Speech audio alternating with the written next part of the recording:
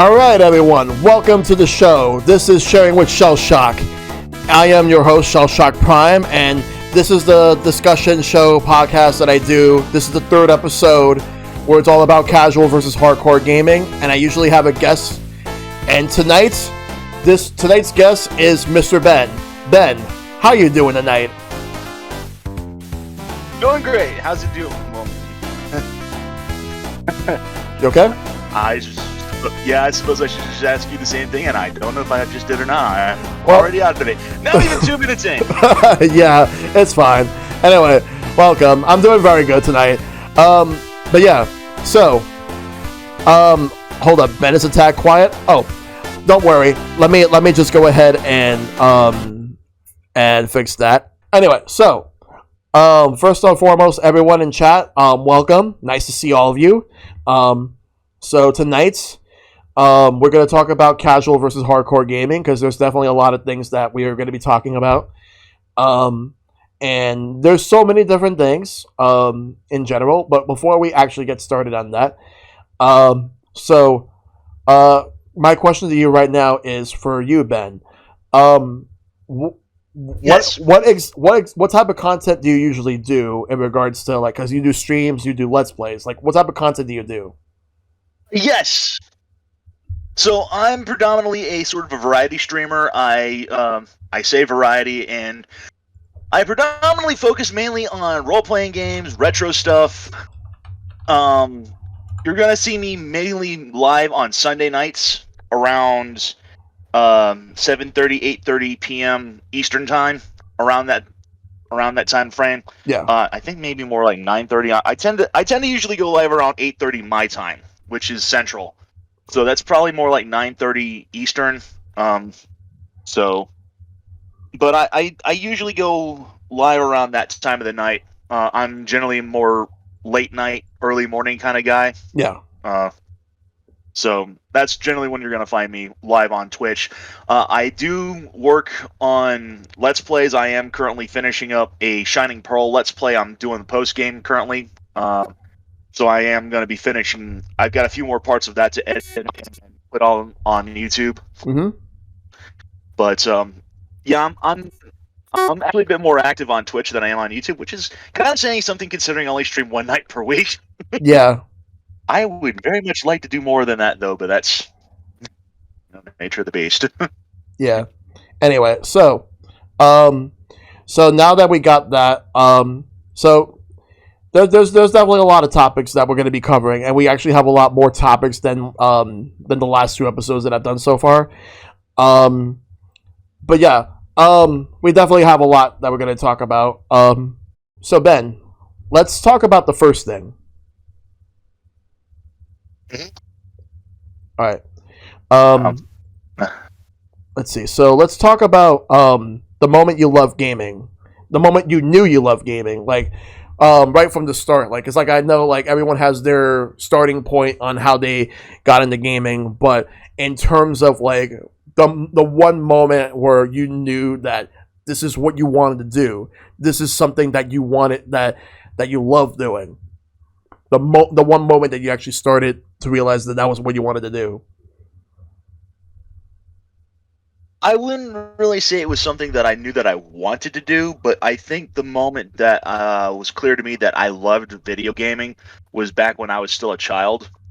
This was like elementary school age, primary school for those of you non-Americans. Mm-hmm. But I was still like in single-digit age when I found, that video gaming was just something that I loved doing. I could spend hours just in front of the television just playing Mario all day, or hooking up the Sega Genesis and going for a few loop-de-loops with Sonic. Yeah. I never really gave any serious consideration to doing video gaming as like an actual like a paid vocation or anything of that nature. Yeah. And that's only because I kind of hear the words of my mom kind of in the back of my head being like something like, this will never be sustainable in the long term. Yeah. But Yeah, because that definitely usually ends up being the case. Because that's the case as Yeah. well. But yeah, like because when it comes to how like any moment in regards to when we knew we actually loved video games. Because Mhm. I could mention like mine right now. Like for me, the moment that I knew that I loved video games was like it was around like the Super Nintendo and Sega Genesis era. Like that, like the one moment that I knew was like when I first played Sonic the Hedgehog 2. Like even though I was playing NES, I enjoyed Mario and all that. Yeah. But when I actually got Sonic 2, oh man, it blew me away. It was nothing like anything I played on the NES because this was a new system that I actually got Christmas in 1993, which was the Sega Genesis, and I just could not get enough. But it took a while for me to beat the game. Like it took a little while, though. Funny enough, I actually beat Sonic 3 before, well, without Knuckles because Sonic and Knuckles didn't come out yet. Yeah. But I beat Sonic 3 before I beat Sonic 2, and I beat Sonic 1 before I beat Sonic 2 because I got Sonic 1 after Sonic 3 and Sonic 2. But yeah, just the Sonic games like solidified my love for gaming, and then even more so like as time moved on and it got to the point where it's like because my mom probably thought it was just like a hobby that I would enjoy and that probably it probably wouldn't last that long either. And right now, just look at my shelf over there. I have so many games and a lot more. Yeah, Let's say, yeah, it was kind of the same thing with me. I really started getting into the gaming scene more when I had it. Uh, I started realizing that I loved gaming when I was doing the Sega Genesis thing. I only had like a few games for Sega Genesis. Almost all of them were Sonic, yeah, but I really started realizing that video game was one of my passions when we got the Super Nintendo, yeah. and I got Super Mario RPG. I got the Sega. I'm sorry, the Mario All Stars with Mario World, and I kind of knew that I had developed an addiction when I started singing video game music to myself out loud during school. Oh yeah, yes. Same here with me actually, because there was just so much good music in like all these video games, and it's like it was in my mind, and it just never left my mind for a while. like, but yeah, Let's say, like there's just so many good video game music, but so many good games that we both have played throughout all these years. And like we're both the same age, so we know like we basically grew up like within the same eras in gaming. hell, even the crap games got good music. Some of them do anyway. Some of them actually do. Like you would not believe it, but there are some crap games that actually did have them. But there was also some good games that had some pretty decent music that didn't set the world on fire, but was still pretty good regardless. Yeah, Like I could just name an example of a really bad game with really good music.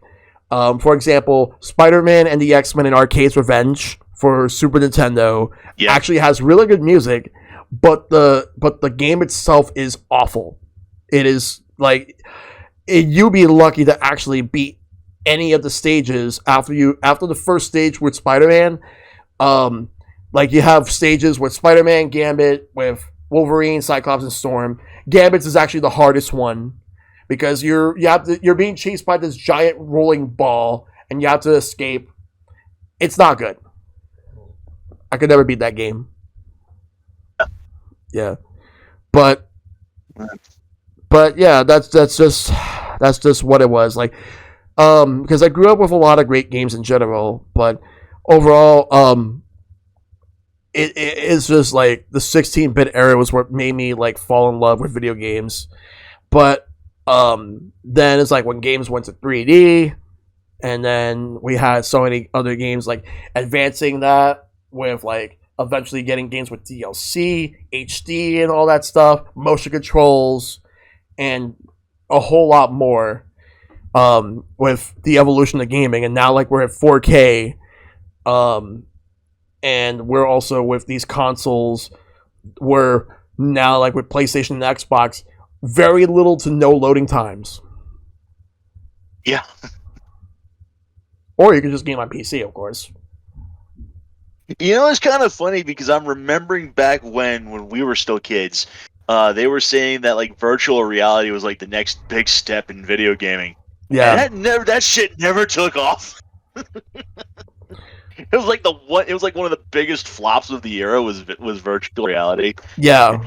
And now they're coming back in with AR stuff and the Nintendo Labo, and it's like, And then we got VR really? coming, and then VR actually came back, and it ended up like it took a little bit, but now like VR is like getting more and more traction, but but as Cutie Caitlin says, VR is still having a hard time nowadays since it's so pricey. Exactly. Like if you want to get PlayStation VR or like the Quest and all that stuff, it's very pricey. So you're going to want if you want to play VR, you're going to have to fork out a lot of money for that.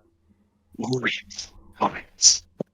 Yeah, exactly. And I'm just like thinking to myself, like I see all this stuff about VR, and I'm like, man, we've been through the song and dance like 30 years ago. Do we really want to go through this again? Yeah, exactly. But I will say that the tech for the VR that they're doing now, even as pricey as it is far better handled than it was way back when, and that's only because they just didn't have the technology really to properly do it. Yeah. So it's one of those things like, yeah, it's novel, but it's like 30 years ahead of its time. Yeah, exactly. So, but like I feel like if it hasn't actually, I feel like it hasn't actually been perfected yet to its full potential, but I know for a fact it will get there. Right now, everyone's just right now it's at the experimental phases to see exactly what's going to work. Maybe if we give it like another decade or so, probably they'll hammer and iron out everything else. Yeah, iron out all the bugs and hammer everything to perfection. Oh yeah, but all right, but yeah, like that's how that's honestly how I feel about like with that. But like I just don't feel like I'm invested in getting that yet. Like motion controls. Yeah, me neither. Like motion controls, like I experimented that the moment the Wii came out. I never touched the Power Glove like when I was a kid. I did try it on later on, but I've never actually played anything with the Power Glove before. The Wii was the first time I've ever actually done motion controls in gaming, and it was a really good experience, but there was a lot of games where it's just you just flick it like waggle and all that stuff, and they didn't really use it to its full potential, and except for like a few games, like mainly like Nintendo games, use it much better than a lot of games from other companies. And then you have like a lot of games that were just shovelware, but you also have games that were actually like really good that don't get talked about enough because not many people have played certain games. Like for example, like a game like Mad World, I really enjoyed that game, but it doesn't really get as much love as a game that Nintendo has brought out on the Wii. For example, there was just so many good games that just didn't really get as much love. But, you know, honestly, then you have, like, that same era, like the 360 and PS3, like, everyone was trying to go for something different. Everyone was trying to also chase for the same style of game. Like, there was a lot of first-person shooters. There was a lot of games that were starting to become a little bit like movie blockbuster style games. Or they're just trying to go for like the games that look really good. And don't get me wrong, I'm not saying I have a problem with like games looking good though. No problem with that. It's just how trends were back in the day, and it's like now we keep getting different trends going on. But you know, I've seen how things change in gaming for so many years, like especially like within like 30 plus years, how different things would end up being. And I have to say that it's hard to determine when things start to get better, when things start to get worse in certain aspects, but I will say I just still play video games regardless. That's all I do. Yeah. Yeah. But yeah. So before we move on to the next topic, I'm gonna show off. I'm gonna feature a couple of things from the chat. Like for example, not this one. This one actually. Yeah. Like for example, here's a message from Cutie Caitlin, and she said for her it was the N64. She started on the Genesis, but N64 was where what got her to fall in love with video games. And yeah, that's the thing. Like everyone has like a really cool console that they actually got into video games where they got their start. Like I know people who started with PlayStation, people who started with I know people who started with Atari. Never touched an Atari console in my life, by the way. Started with the NES. Yeah. Although I will say my very first ever arcade game was the very first ever Ninja Turtles game. With the first level was like the fire in the apartment. You gotta rescue April. That. Yeah, that was the very first arcade game I've ever played. I only ever got one quarter from my dad. Played it. I died after like a little bit because I didn't understand how to play the game. And my dad was like, "Okay, let's go." And I was like 3 years old. But the game was like almost a year old around that time. I honestly don't remember the first arcade game I ever played. I want to say it was Street Fighter, but it might have been Turtles as well. Yeah. Because I think the first arcade game that I played. Now that I think about it, it wasn't Turtles. It was either Street Fighter or it was old school Pac-Man. One of the two. It had to have been either one of those two. So Nothing wrong with Pac-Man. I'm willing to bet it was Pac-Man. Mm-hmm. The original arcade Pac-Man. So yeah. I do remember playing Super Mario Bros. Nice.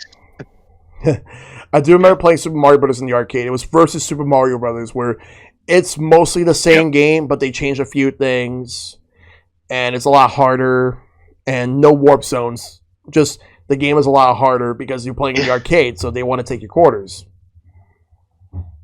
That's how they did it. So, and yes, Derek, yes, Atari 2600 did have the Atari porn games, but yeah, because that's because of the fact that there was no quality control at the time. So that's why there were companies that were able to get away with releasing a lot of stuff, and it eventually led to the crash of.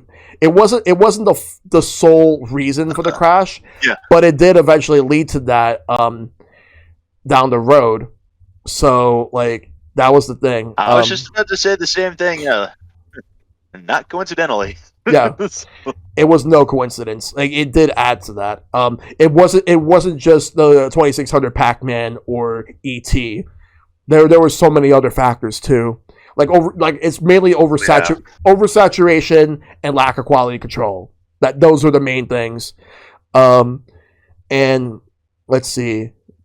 Derek DeBoni also says first arcade game is Ninja Turtles. Yes, good one. They also started with NES. And yes, Cutie Caitlin, video games are good. Yes, they really are. But yeah, so now let's move on to the next topic. So the next one is the difference between casual gamers and hardcore gamers, because while this is casual versus hardcore gaming, we will dive deep into the difference between casual and hardcore. You have so many different opinions on what makes somebody a casual gamer and what makes somebody a hardcore gamer. For me, the way I see it, a casual gamer is someone who just wants to play games for fun, or they just use it as a way to kill time before they need to do something else. And then hardcore gamers just constantly just play video games as often as possible, are always very informative on the latest news in gaming. They'll keep up with everything, and they'll always purchase as many games as possible. I know there's different variations of different like of casual and hardcore. There's really no wrong answer to it. It's just everyone sees how they view casual and hardcore differently.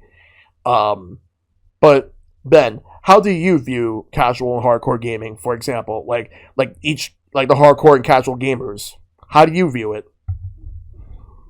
Mine different. My definition is kind of largely the same as yours. Hardcore is one of those people who isn't so much always getting like the newest game or anything like that. They're the ones who develop it into virtually a lifestyle, to where these are the kind of guys who you're always going to constantly see, not just at the arcades, but the ones who are like throwing 800 hours into the various titles that they love. These are the people who would spend hours on end perfecting like the frame perfect inputs on speedrunning, or trying to get the best combos, or just being the best in general. People who just go ahead and just almost to their detriment just focus on gaming to to the point of where like almost neglecting other aspects of life. Right.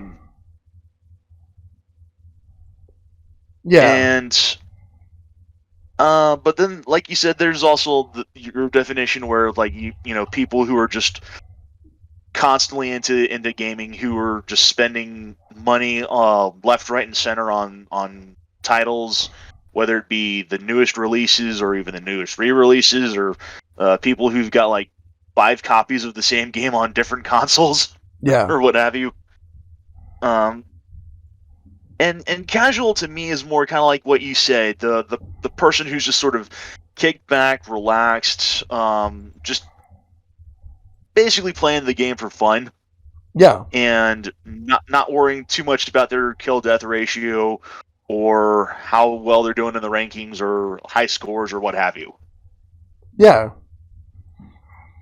Yeah, because there's people who have different ways of how they play video games, and there's also people who go out of their way to just spend a lot of time just playing one game after another. There are some middle grounds. There are people who do like keep up with the gaming news, and there are people who also like to play video games, but they may not have a lot of time to do it. And it's like if they want to be able to just play some of the games they like, but their free time is limited because of certain things that's going on, like if they have to go to work, if they have school or other obligations they have to do, so they won't have enough time to actually spend to play video games like they would if they were kids or teenagers. And that's fine. Like everybody has their own way. Everyone has their own time to deal with playing video games. So that's just the way that I see that. For me personally, it's like I play when I can, but sometimes there's people who spend time talking about video games more than playing it, and I'm not saying that as a problem. It's not a problem. Yeah. It's just the nature of the beast in some aspects. I also am willing to expand the definition a little bit to the type of game that they focus on. Yeah. Because there are some people, like myself, for instance, you take a look at some of the stuff that I play, and you'll notice that, like, okay, I've got like 20 hours here in Zelda, I've got 30 hours in Mario, I've got maybe like 50 hours in Pokemon, and then you take a look at my Splatoon 2 playthrough with like, we're 600 hours invested, and they're like, okay! Yeah. So... yeah. And holy hell, I'm looking forward to Splatoon 3 because I'm going to be putting that many hours into that game, if not more. Oh, same here. Like I'm looking forward to when Splatoon 3 comes out. Because I enjoyed Splatoon 2 a lot. I spent about like 600 something hours in the game. So, yeah. But that's me. I spent that much. I know there are people who spend a lot more than me, and I know there are people who spend a lot less, and that's perfect. And that's perfectly fine. Like people could play however they want. And I'm also going to highlight a comment that Cutie Caitlin just posted. She ended up saying, I've only, like, give me 1 second.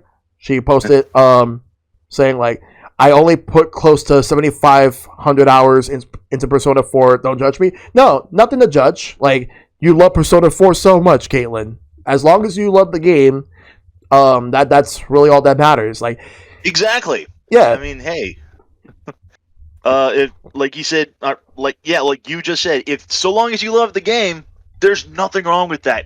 Um, like when I was doing my playthrough of Knights of the Old Republic earlier this year and yeah, last year, when I was doing my play, that was like I believe I mentioned even during the streams that was like my overall like my fifth time playing through the game. yeah, It was my first time actually ever live streaming it, yeah, but.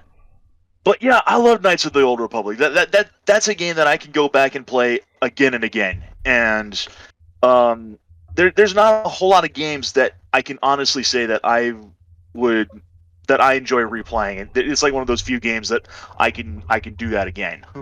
So yep, yeah. Like I've spent like, for example, like 130, 140 hours in Breath of the Wild, and I'm going to be replaying that game at some point next year before the sequel comes out. But it's like, for a game like Age of Calamity, I didn't spend that much time on because oh yeah, because for me, like, playing warrior style games tend to, like, I don't want to play it for a long period of time because it gets monotonous.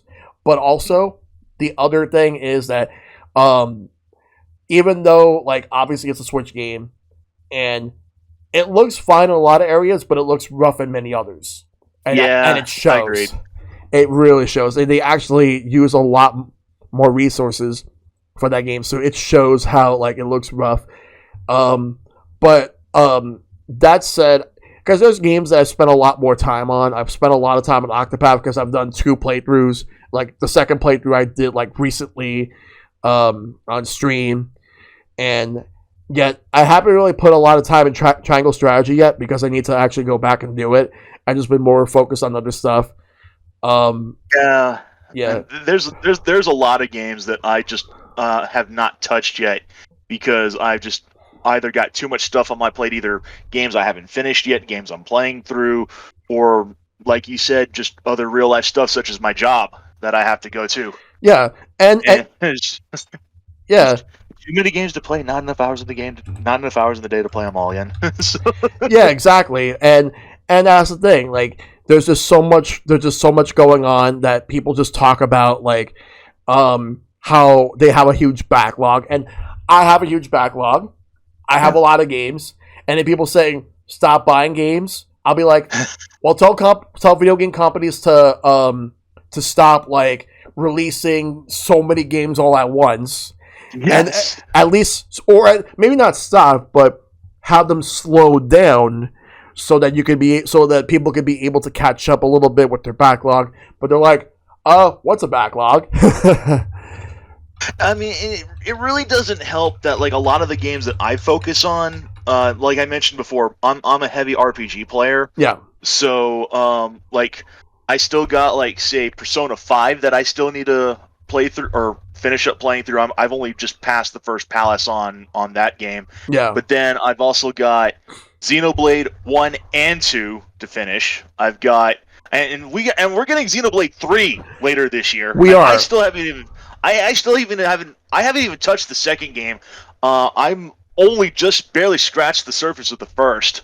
Yeah, Then I've got 7 remake that I haven't touched yet. yeah, I want to go into. I've got Dragon Quest 11, which again I've only barely scratched the surface of. same here. I still have to finish that game. I like, that's the thing, because I have a lot. Like, I have a lot of games that I do, but like, if I play like a platformer or an action game, I can get through that with no problems. But but RPGs will take a lot of time, and and it's like I need to dedicate more time for that. Like, for example, I have I have a RPG that's on my request queue for channel points, which is Tokyo Mirage Sessions Sharp FE, which I'll be doing later this year. Actually, that reminds me. Do I even have something that I could throw in on there? How many channel points does it take to throw in a 3,500. No, 35,000. 3,500. No. I am not at that level yet. Yes. So, And it'll be the Encore version for the Switch, since I actually did not buy it on Wii U because I was thinking that it was going to come out on Switch. And guess what? It's out. I have it. So, but it hasn't been played yet, and I'll get to it. Not to mention the fact that I have games that I've started years ago but never finished, but I'm going to do in the future. Like, for example, the very first Paper Mario. I'm going to be doing that soon. Yeah. And it's a good game right there. And also, I had somebody request me to do the Dark Souls trilogy, Sekiro, and Elden Ring. Like, the first game, I'll do. The second game and onwards, I need to get better hardware. So they're going to have to wait a while. But the first game is going because the first game is going to be done really soon. So yeah, I'm looking forward to doing that and seeing how well I handle that. Yeah, somebody actually wants me to do. They did not request me to do Bloodborne or Demon Souls yet, but I'll do those when I can get a PlayStation. And most likely, if I do Demon Souls, is going to be the remake. I should also like to partially expand my earlier comment on the hardcore thing about hardcore players going into games like the Soul series. I would not consider myself a hardcore gamer because I am just not going to play any games like that. And that's only because of the fact that, like I said, I play games for fun, and my idea of fun is not going into a dick kick fest. Oh, God. So... But it's like, I'll just see how like I handle playing any of those games when I eventually get to them. Like I said, in the case of Dark Souls, it's coming up real soon. Like this month actually, like later this month. But I'm going to be going through seeing how, like, I've seen people play it. I didn't see like the ending to Dark Souls, or at least I don't think I have. But I know for a fact that I've seen enough of the game to know what to expect. I just don't know. Like, however, knowing what to expect and actually experiencing it myself will be two completely different things. So I'm looking forward to seeing how that's going to be. And the thing is that, yes, I know it's not for everyone, but hey, it never hurts in my case, it never hurts for me to give it a chance and see how it's going to be. Oh yeah, there's nothing wrong with that. And like I said, I just posted in chat that I didn't realize that Jedi Fallen Order was also apparently Souls-like. Because I said to some of my friends that, hey, this is one of the games that I'm gonna eventually stream on my channel, and I'm still gonna do that because never let it be said that Mr. Ben makes a promise he didn't keep. Yeah, I've said that. I've done that before. I don't like breaking promises, but if I don't have to. Yeah. But, I said that I was going to play Jedi Fallen Order, and I still intend on keeping to that word. But I'm not really much of a soul. I've never actually played Dark Souls, to begin with. I've never actually played the games. I just understand that they're hard as balls, and to me, hard difficulty is just something that's kind of I'm generally adverse to. Yeah. I don't really like difficulty for the sake of being difficult, if that makes any sense. Yeah. Yeah, because I know there are people who want because that's why and this is something I want to bring up real quick that I think difficulty options need to be a thing in just about everything. Like video game there's a lot of video game companies that don't do it. Including all the big ones like Nintendo, for example, doesn't really do difficulty options as much. They do, however, have some exceptions. Like some games would have normal mode, you beat the game, and then you unlock a harder difficulty. Or in the case of Metroid Dread, they patched in a rookie mode, which is easy, and then they patched in Dread mode, which is even harder than the hard mode, where all you need is to get hit once. And that's it. Even if you have the sub tanks, the energy tanks. Yeah. And then it's some other games I feel could use difficulty options. For example, although right now the Mega Man series has it, Mega Man 11 has it. Like I believe, yeah, 9 has it, and so is 10. Those are like the first ones. No, actually, that's not true. Mega Man 2 actually had difficulty options outside Japan. Like they had normal and difficult. Normal is basically like um, a much easier time going through the game, and difficult is the exact same in the Japanese version in terms of difficulty. But some games just don't have those options. But there's also games in which even if you put it in the easiest difficulty, it's still very hard. Like for example, fighting games that were made by SNK, like for example King of Fighters, those are notorious for being very hard, even if you put it in the lowest difficulty possible. Like you would still fight the final boss, who is still like mind-blowingly difficult no matter which difficulty you're playing on.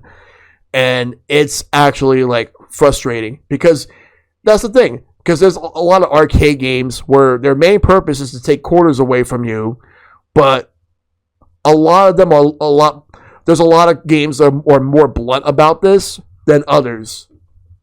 Some games will start you off easy for the first like 2, maybe 3 stages, and anything after that, good luck with that. Difficulty level descriptions from Doom come to mind. Oh yeah, but again, I am 100% like just fine like with games having difficulty options. Let people play however they want to play. That's the way I feel. Like everyone should be able to play however. Even though me personally, I usually default to whatever is the default difficulty, which is usually normal. I usually default to that. The more options, the better. Every company should take advantage of that. And I was just about to point out, and I don't want to cut you off or anything, but Derek the Brony brings up a very good point here. If there's one thing that I absolutely hate companies doing, is where you play a game on a lower difficulty, but then you reach a certain point and it says, sorry, because you're not playing on a hard enough difficulty, you're not going to experience the rest of the game because fuck you. That actually does happen. Like, for example, Contra 3, The Alien Wars. If you want to see the true ending to that game, you're going to have to play that game in the hardest difficulty. Yep. To the point where I never beat the game, and I ended up just watching the ending on YouTube, and the ending was not really all that special. It was just like, you just beat the game, and it just showed a few things, and that's it. Wasn't special. Yeah. But, yeah. Oh, and Cutie Caitlin brought up Cuphead. Yes, totally agreed. Though, I mean, even though I personally beat the game like in the default difficulty, I would have also agreed that if they would have had it in the lower difficulties, that would be much better, because not everyone would have been able to get through Cuphead like that. So, it would have been nice. It honestly would have been nice. A more recent example I can come to mind was your Cast of Illusion playthrough, where when you did the Sega Genesis original, where the practice mode ends only after 3 stages, but you still play the game on normal difficulty, but the hard difficulty doesn't offer anything more than just an even greater challenge. Yeah, that's a perfect example right there that games should do. Just, hey, if you want an actual difficulty, an actual difficult challenge, then yeah, go for the hard mode, but you're not getting anything more out of it than just, bragging rights. Exactly. And I'll give you one more example. And ironically enough, on the same system, on Genesis. Rocket Knight Adventures from Konami. If you play this game in the hardest difficulty, when you get one hit, one life, no continues, that's it. That is it. Damn. Yes. Basically, it's one of those modes where it's like, you don't like it, too bad. But here's the thing. You still get the regular ending anyway, even if you play the game on normal, so it doesn't really make a difference to me, so I'd rather just not touch that mode at all, if I don't have to. It's kind of like for PC players back in the old days of old Diablo 2. Or not just Diablo 2, but just Diablo in general. Oh, yeah. There was something called like a final death mode where you only have just the one life, and if you die, then that's it. Oh yeah, game over. Yeah. So yeah, it like in most cases it's getting better now. But we still got a long way to go. And I want to bring up a comment that Top Dog has posted. I really like it when games have an easy mode, especially if I'm playing it for the first time. I didn't even beat Metroid Dread until they patched in the rookie mode. Kind of pissed off it took Nintendo 5 months after launch to patch in the easy mode. I mean, yeah, I understand the sentiment, but it's like, I didn't actually think they were going to do it, to be honest, but they did it. And at least they're like, if people had a hard time playing Metroid Dread for the first time, at least there's a mode where you can just go back to, start the game, and then do it from there, and it'll be a much better experience for you. But for me, it's like I personally didn't need it, but I know there are a lot of people that do, and I have no problem with people playing in any difficulty they want. Again, the more options, the better, as it was said already.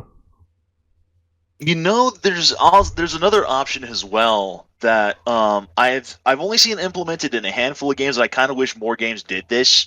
Would be the option of having something called the dynamic difficulty, where the game actually gets harder or easier the better or worse you play at it. Yep. I can't think of any specific titles off the top of my head, but I remember there was this one. I believe it was a shooter game where I think Left 4 Dead technically counts as that.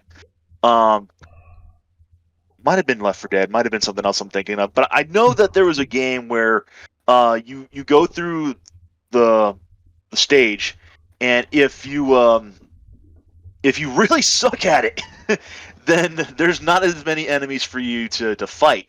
Yeah. But the more that you go through the game, the better that you get at it, the more that you're, completing it with,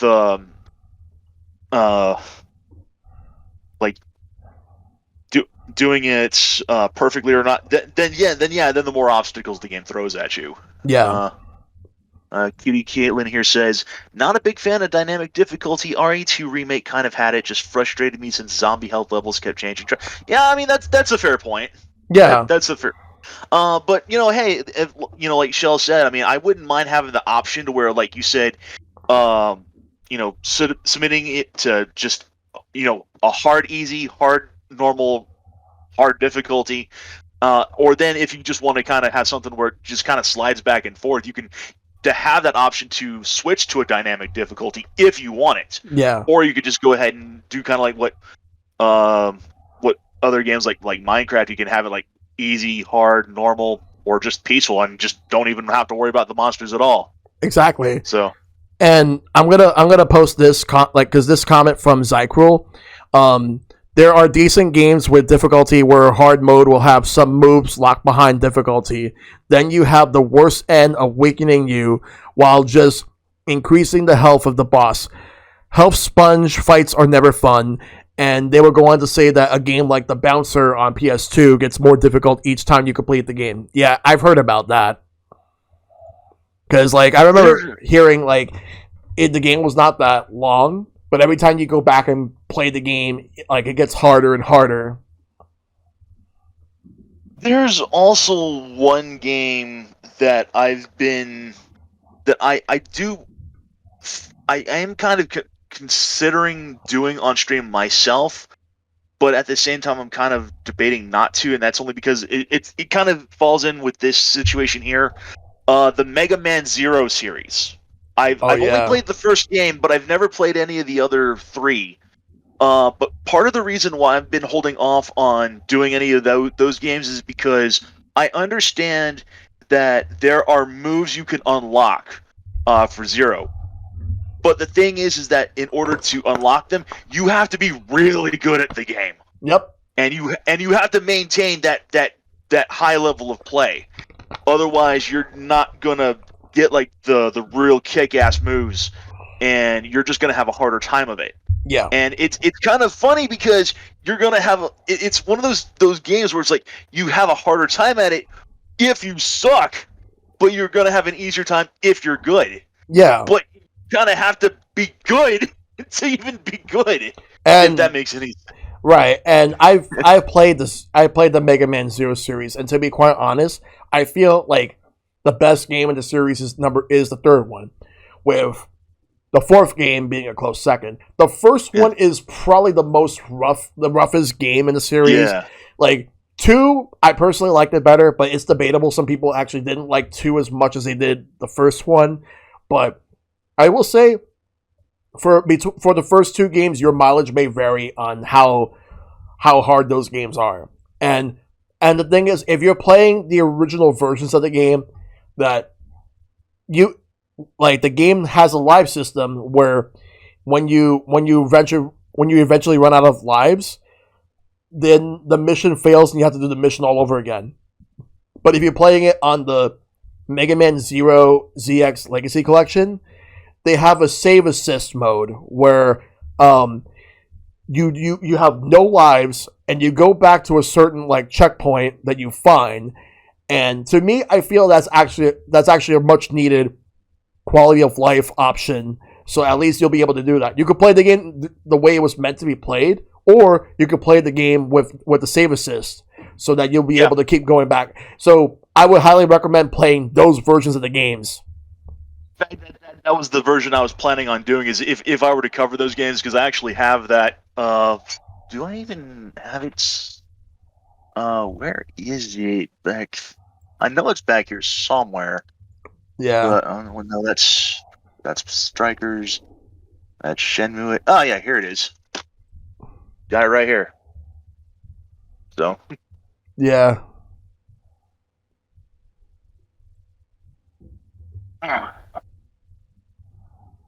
But yeah,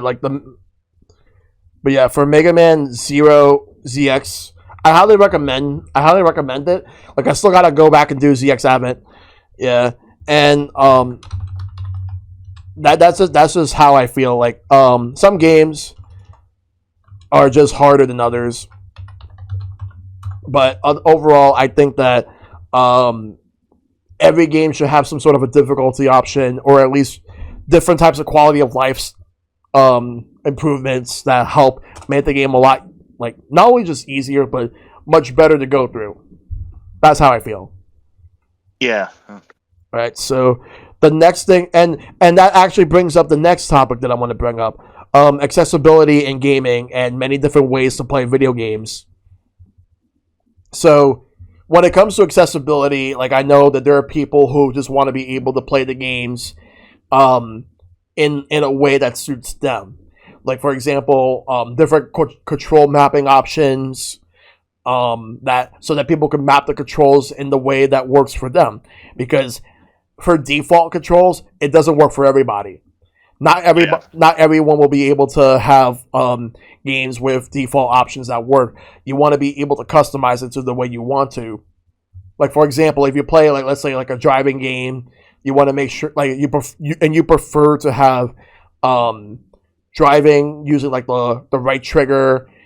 You can use that, and instead of just, like, pressing, like, A or B or anything like that, at least you'll be able to have options to customize, as opposed to playing games that don't give you options.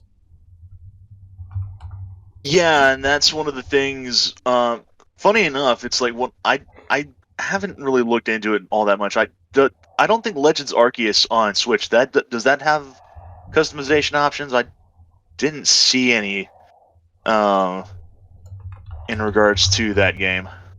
Yeah, it's just, I've seen so many different games that have, like, customizable options. They usually have presets with not being able to let you map the controls. Yeah.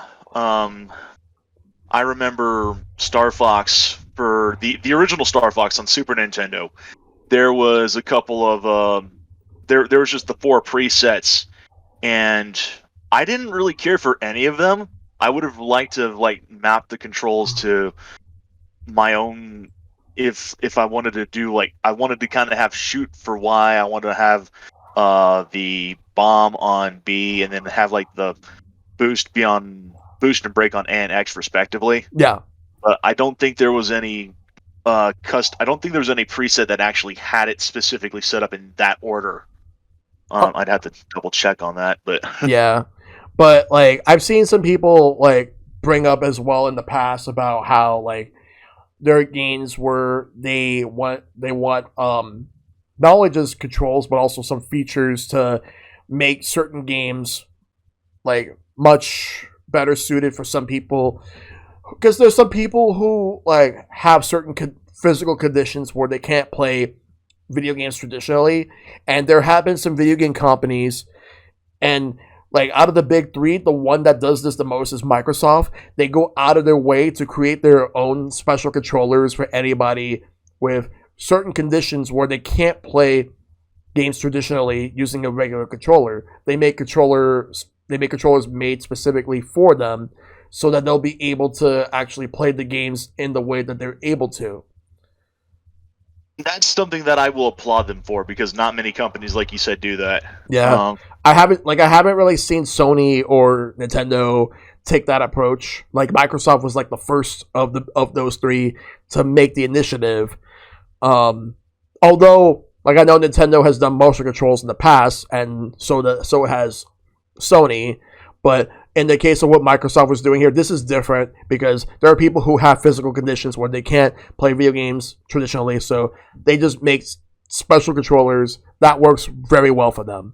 I love the fact that they do that. I love the fact that Microsoft's doing that for Xbox, and you can play it on PC too. Oh yeah.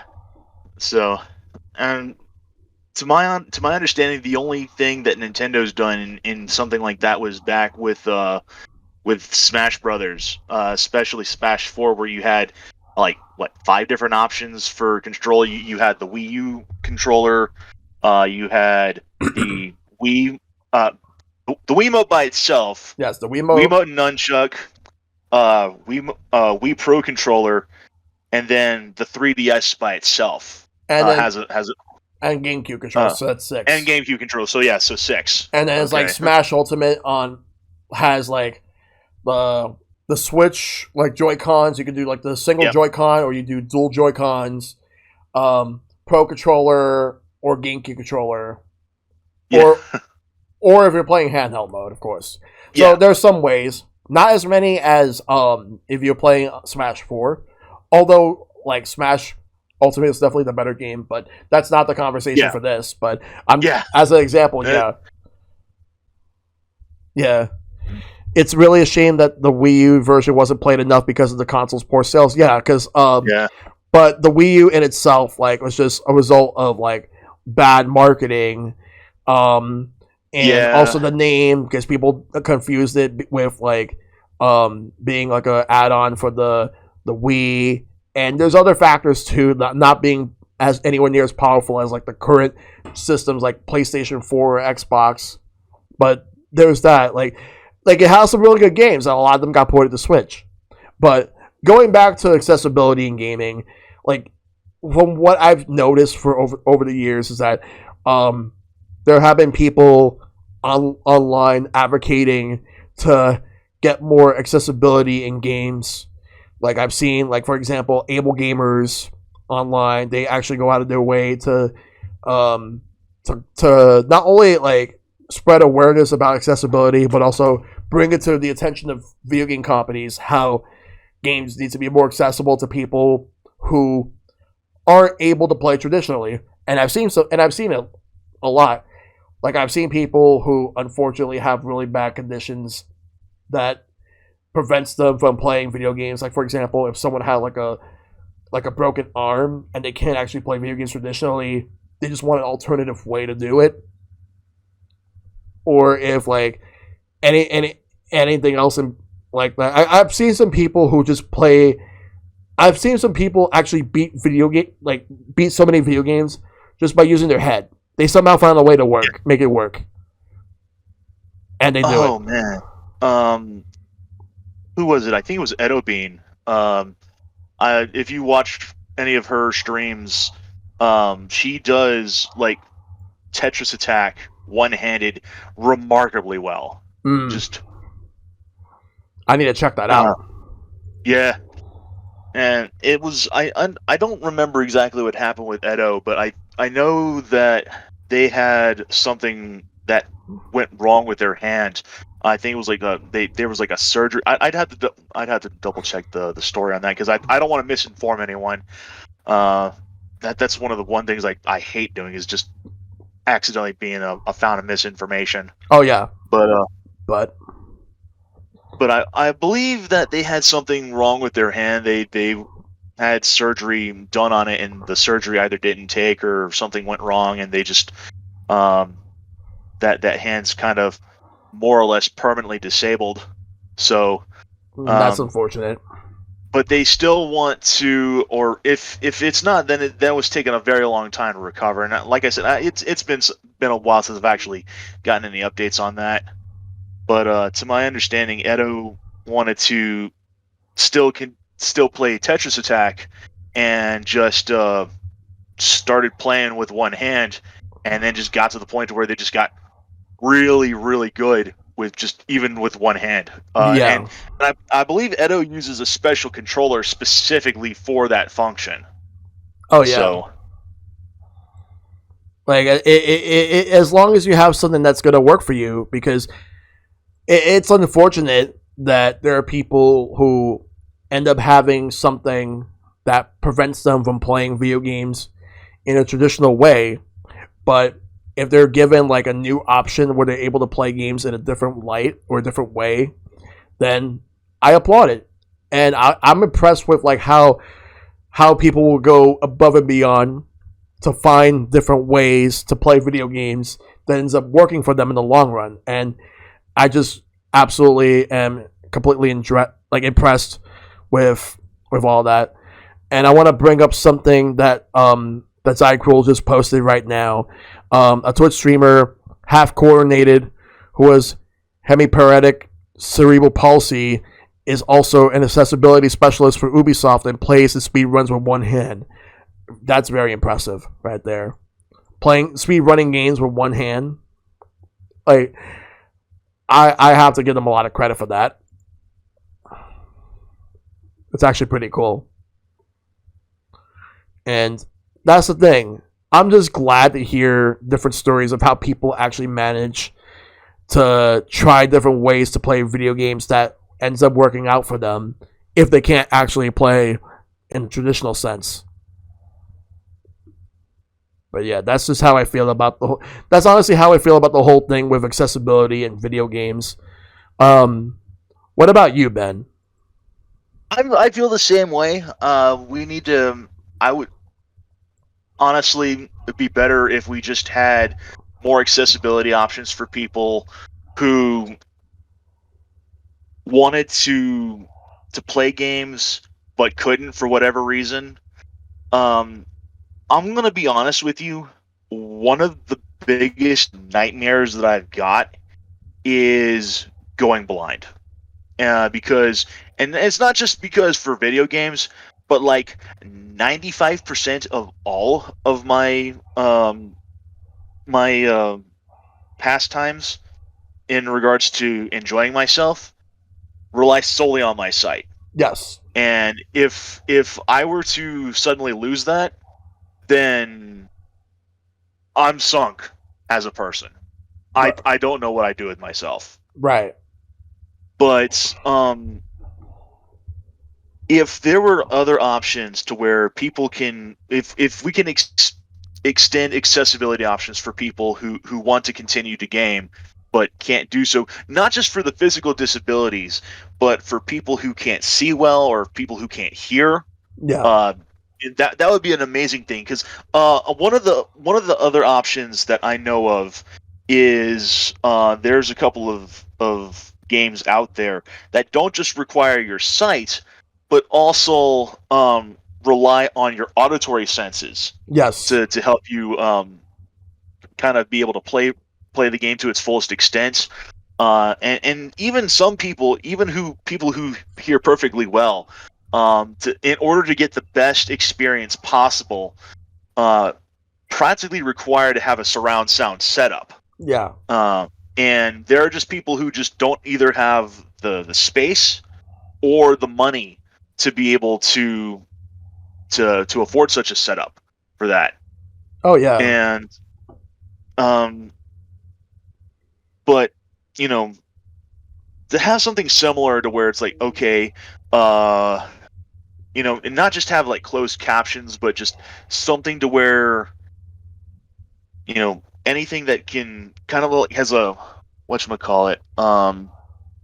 I know like something similar back with Mario Party with when you had the no rumble feature, or if you didn't have a rumble pack inserted into the N64 controller, Yeah, you had like a visual cue that would pop up whenever you needed to um, like when you were searching for oil, if you were like walking around on the field, like a little exclamation point would pop up to where it would tell you, "Hey, this is where you need to dig." yeah, Um, anything alternative fashion like that, you can do something like that. Um, yeah. I can't really think of anything that can really serve as a sort of um, accessible, you know, um, an alternative accessibility for people who are unable to hear, aside from maybe force feedback options somehow. But I Well, don't know how. Yeah, go ahead. well, I will say that Zachary actually brought up a good point. And like I believe it was yeah, Forza Horizon 5, they actually have a sign language option. Oh, that's actually that. Hey, that's actually pretty decent. I didn't even think of that. Huh. Yeah. So we're actually getting to a point where we have games with sign language. You know what? I'm glad we're actually having that. Like we're at the time we're at Oh the point yeah, where we have that. More power to that. Like I would like to see more of that. Like every company should do same that. here. Yeah. Yeah. But yeah. So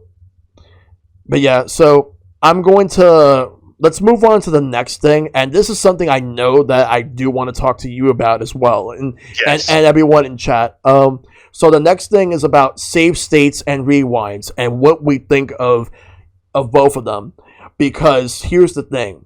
Um, so save states have been around for a long time, mostly due to having emulators and emulation in general have the option where you can just save a state in the game, so you can just go back to wherever point you are and you can load it like whenever.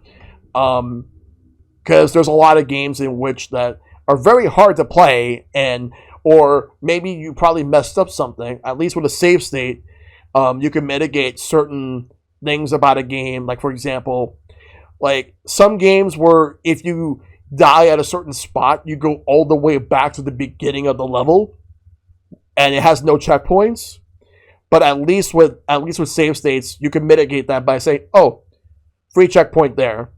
It would still be the same state as it was before, but at least like you don't have to go all the way back to the beginning of the level, or like you could use that as a way to get through other means of games. Like for example, if the way to save certain games are like limited, like in the older Resident Evil games where you could save by finding ink ribbons, and then you have to find a room with a typewriter so that you could be able to save, and the amount of ink ribbons you will find in the game are very limited, so you have to save when you know you're ready to save. Which, in regards to the way that what they were going for with the game, I understand why they were doing that. But what if you run out of ink ribbons and you made a lot of progress and you couldn't find another one, and then you die and you go all the way back to the last save that you've actually made? So that's a lot of progress that's lost. At least with save states, like you could just make a save state and you could just go back to that state as opposed to having to go all the way back to the last in-game save. That is a very good. That's a very good thing, and I actually, I'm the same way. Um, I like having that option because not just in regards to the Resident Evil, but there are like older games that simply didn't allow you to save at all because they were either expected to be done through one sitting, Yep. or um, they were expected to where it was like uh you were only meant to maybe play, or if, how can I explain this? Um, it was a game that was never expected to be beaten, or a game that was expected to be completed in one sitting. Yeah. Um, and then like for, like you said, there's also certain games where, yeah, you do have the ability to save, you do have checkpoints, but those checkpoints or abilities to save are few and far between, or you only have a limited resource to be able to do so to begin with.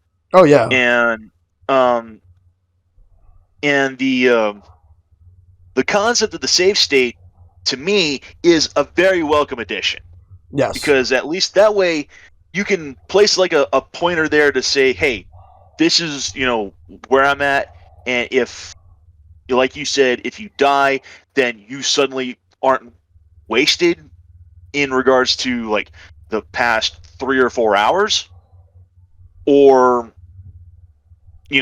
at least that way, if you mess up, you can just suddenly rewind and try something again.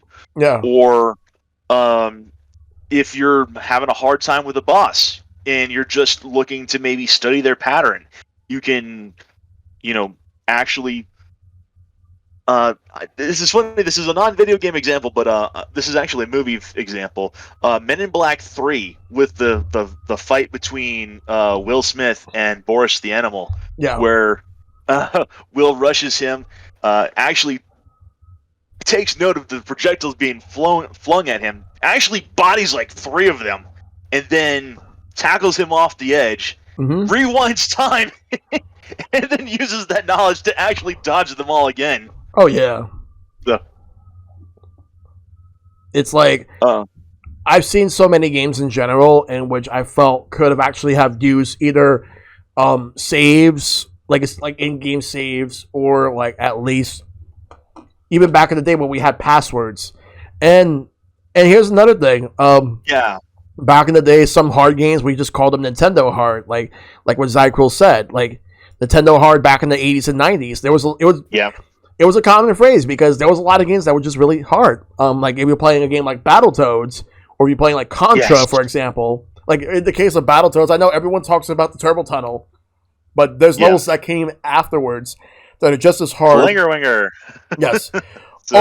Another example, the NES Ninja Turtles game where you have the swimming level, the dam. Yes.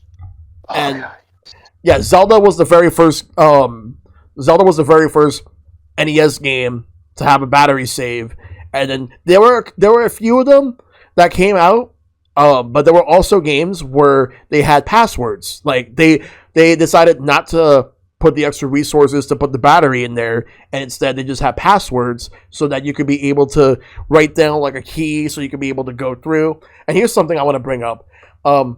Last year I was streaming the very first Castlevania game, and save states actually saved me because here's the thing: in the Castlevania collection, they use a version of Castlevania. It was the very first version of it that released here in North America. There is a game-breaking glitch when you're fighting Dracula, whether it's the first or the second form, and the glitch freezes the game, so you have to reset it. But I decided to save state during the fight, and I was somehow managing to get around that glitch. Later re-releases of that game, like of Castlevania 1, like on the Virtual Console, for example, did not have that glitch because they used like a later version of the game that they fixed it. But in the Castlevania collection, somehow, some way, it just freezes during certain parts of the Dracula fight, whether it's the first or the second one. So save states actually saved me from just having to go all the way back to the beginning of the game and do it again. Yeah, and I would have been the same way if I had been in your shoes. I would have been like, no, there had been no way I would have had to been willing to go back all the way from the very beginning and do the whole nonsense all over again. That's one of the few things that can just kill my motivation entirely for playing something. Oh yeah. That and a losing point to where I was at, because that's probably one of the reasons why I haven't finished playing through my playthrough of the original Final Fantasy VII, and I'm probably one of the ones I'm not going to. Yeah, but if you're playing Final Fantasy VII, like the original one, because when I played it, like I played the I played it on Switch, and that version of the game has the ability to let you like move fast, like the fast forward everything, Yeah. so you can move fast.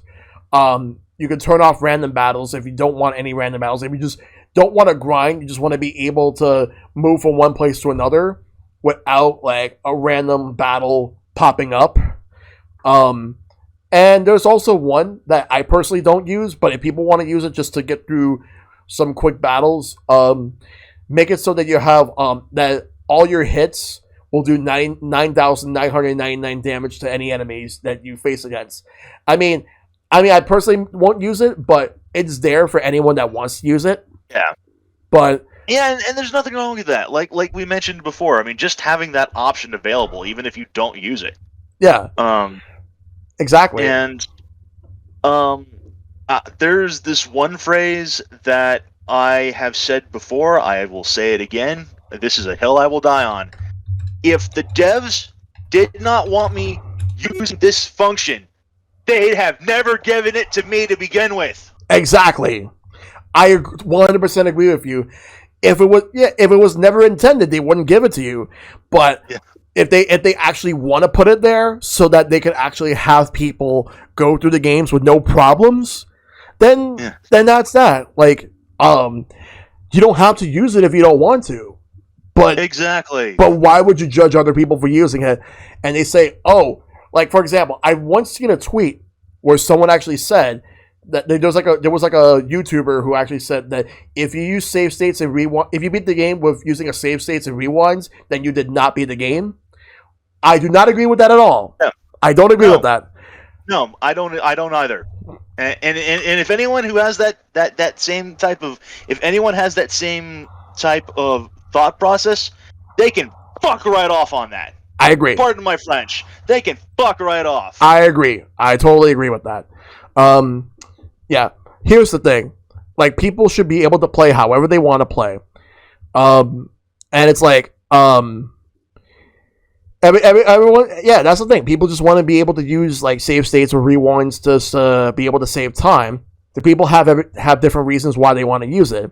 As long as it works out. Like for me, like if like I want to play a game, let's say a game in one sitting, but I don't want to spend too much time on it. Like especially if I'm streaming it, I don't want to spend too much time. I just want to be able to go through, show you guys how the game is without spending way too much time doing the same thing over and over again. Because there have been some games where I've actually spent like, especially on stream, I've spent like the whole stream doing the same scenario, and I hated it. But it's like, I used to worry about the stigma in which that, like, I worry that what if I was to use like a save state and then people get angry with me. And it turns out when I actually do save states and all that, you wonder how many people actually get angry with me? Zero. Yeah. And it's like people see my struggle, and it's like at first I used to worry about it. Now I'm not worried about it at all. I really don't care. Yeah. I'll use it if I want to. And there was who was it? Was it Zykel? Yeah. They mentioned that was what happened to them. They rage quit Majora's Mask when even with time slowed down, it still took the entire 3 days to reach Georg. I don't know how to pronounce that boss's name. The Great Bay Temple, and they didn't want to play through the map again. They just used a guide later on, and you know, guides themselves. That's also something I don't have a problem with using. If anyone who's caught my streams going through Kingdom Hearts, Radio Dog and J.E. Smith have been, you know, on COCOM with me. Yeah.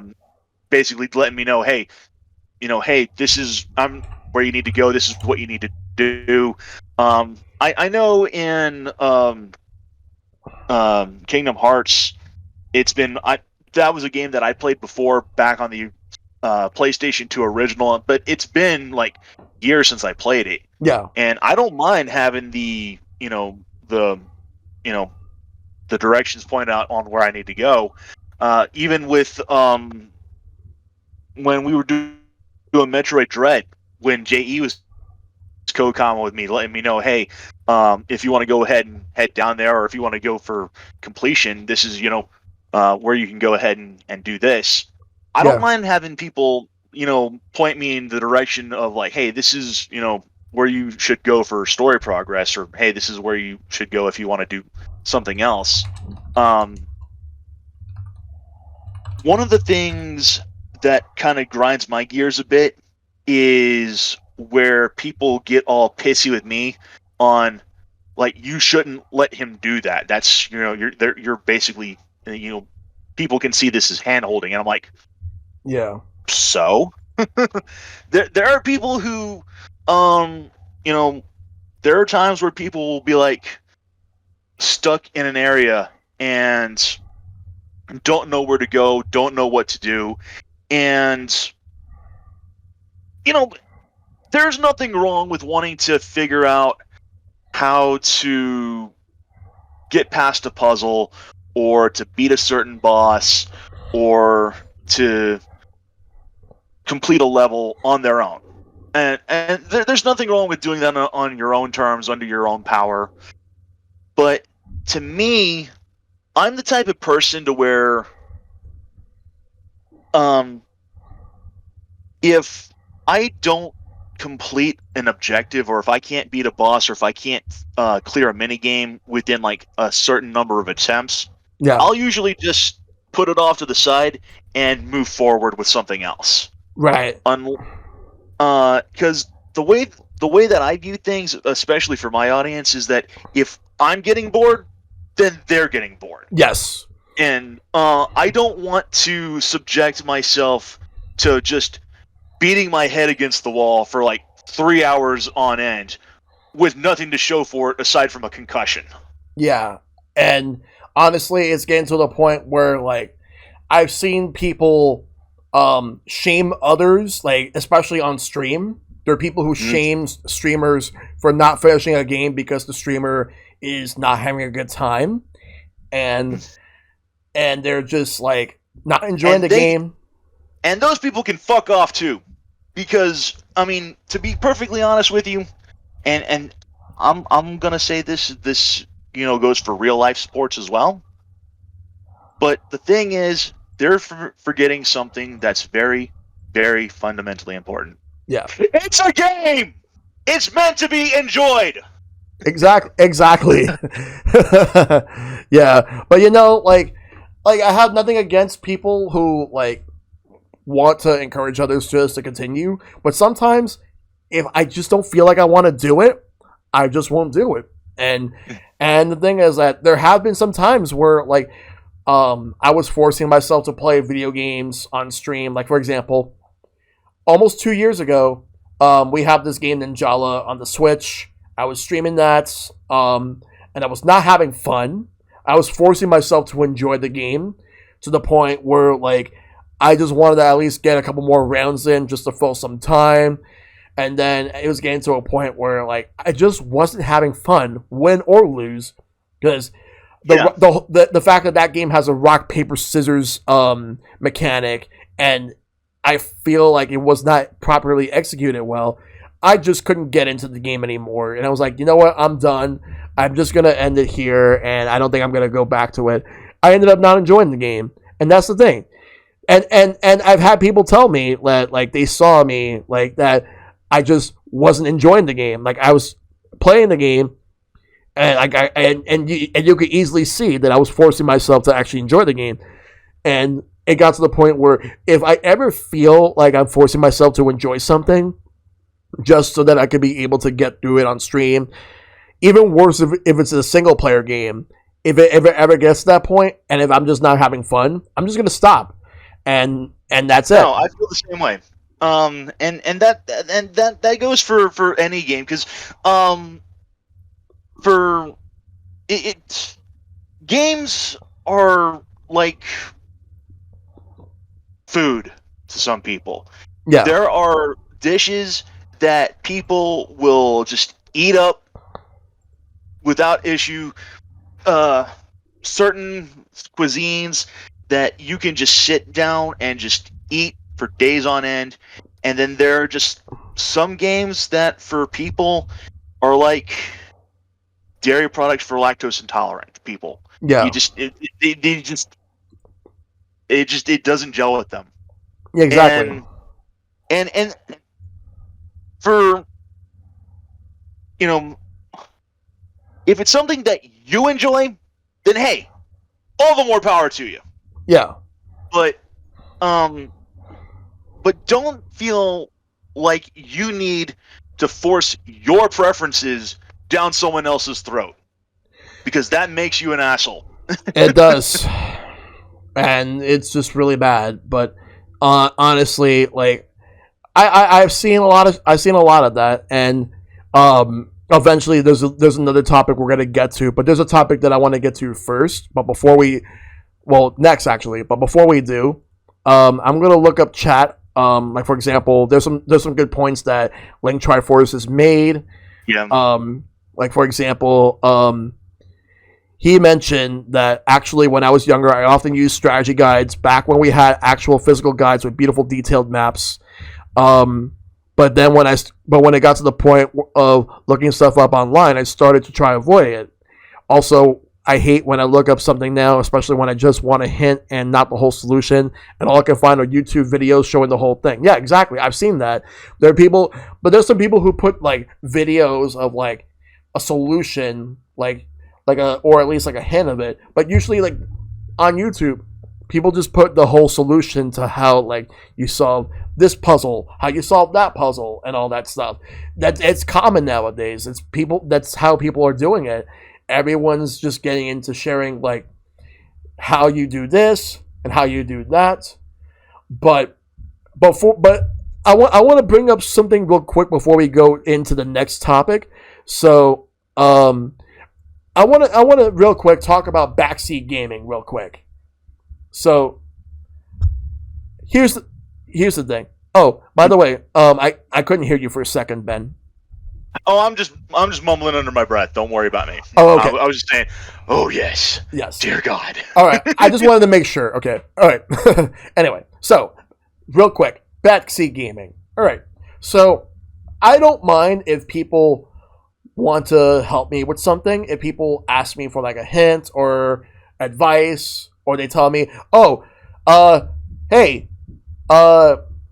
I know something, but do you want me to help you with such and such? And I'll either be like, sure, let me know what you want me to do, or I'll be like, let me see if I can figure it out myself first. And then, but there have been some points in which that, there are people who will just railroad you like unsolicited to the point where like they tell you, oh no, you got to do this, you got to do that. And I'm gonna bring up my Resident Evil 4 one part of my Resident Evil 4 playthrough. Though I was being a bit too lenient on this person, even though looking back I really shouldn't have. But this person was just like, just telling me everything. I should have just at least like shut it down. There have been times where I'm like, let me actually like figure this out. And whenever he says like what you need to do, and all that stuff. And if I don't respond to him, and if I'm just responding to someone else because they're just coming in, that person is like, please read. Like, they're like, please read. Or they'll be like, read what I say, or you're going to die and suffer the consequences. And I'm like, in my mind, I was getting annoyed, but I should have at least said something else there. Like, I had another viewer that called him out, which I'm glad they did, even though they didn't have to. I should have been the one that called him out. But I thought to myself that like after that, like that's what really turned me off of backseat gaming, especially those who just railroad you like for everything. And it's like I was like in my mind that if they were gonna show up the next day to do the same thing again, then like I'm gonna warn them saying, listen, I thought about this from yesterday. Please do not do this again. And if I catch you doing it and you ignore everything I said, then I'm going to have to ban you because you're not listening to me. And that's the thing. Because I was too lenient at the time. I should have at least said something. But now it's a learning experience. Yeah. I'm a lot better about this now. Like whenever like people whenever people at least like say some things without me asking for a hint, I'll be like, I appreciate you helping me, but I want to see if I can at least if I can at least like um figure something out first, like figure like a puzzle or figure out where to go or what I need to get. Like I'll be like, let me figure it out first, and if I need help, then I'll ask. And that's that. But what about you, Ben? It's the same way with me. I mean, one of the reasons why I don't have a problem with, like, say, my buddy JE being on CoCon with me a lot of times is he's pretty good about that, where he'll give me the general idea on where to go. There's a lot of times where he will tell me outright on how to do something, but most of the time he'll usually be able to stand back and let me figure something out on my own. Mm-hmm. But I mean, there's a lot of times, just as often as not, I'll be like asking him, okay, so this is what I do, this is where I go, this is how I'm supposed to kick this guy's teeth in, and Yeah. and he'll usually confirm, yeah, this is best way, and he'll sometimes give me, like, an optimized strategy, but then there are times where he'll tell me one strategy and then I'll wind up doing something totally different. Yeah. Like I mentioned in my server, I mean, one of the things that he mentioned was for the Kingdom Hearts 2 thing that I'm doing. He prefers using the quick run from that you get from Wisdom Form. Yeah. And I found the double jump that you get from Master Form actually far more maneuverable, in my opinion. Right. Not necessarily faster, but I did find it a lot more fun to use than the quick run option. So, but and there's nothing wrong with the preferences on that. Oh yeah.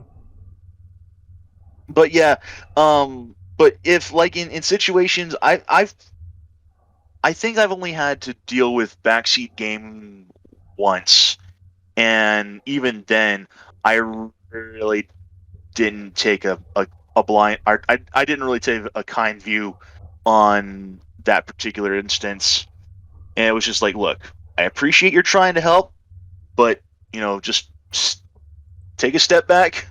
Let me try to figure this out. If I need your help, I will ask for it. Yeah, exactly. And as Zykril said, blind runs for the most part for me, I would prefer to figure it out the puzzle and boss fight mechanics. If a repeated run though, I will not mind backseating for anything I may have missed. Exactly. And going off of that, like I mentioned before, the whole beating my head against the wall thing. If again, I will usually try to do things myself for like the first couple of attempts. But if it's getting to be like the fourth or fifth attempt on a boss, then that's usually when I'll start asking for advice. Because as I mentioned before, I'm not the type of person to just completely throw myself at an obstacle for hours on end. I want to make sure that I get something done in, I wouldn't really say as quickly as possible, but I want to make sure that I'm not so hung up on a boss or a puzzle or some other obstacle that the chat is getting bored with me. Yeah. Because, like I mentioned before, if I'm not getting if I'm not finding any entertainment on this, then I'm going to be assuming that most of my chat isn't either. Yeah. Because I know there are some people who do get enjoyment from watching someone just brutalessly throw themselves at a wall for hours on end. I'm not one of those people, and I don't know who else. I don't know who is, but hey, again, if that is something that if you can watch someone struggle against a boss for a full 8 hours, then hey, all the more power to you. Yep.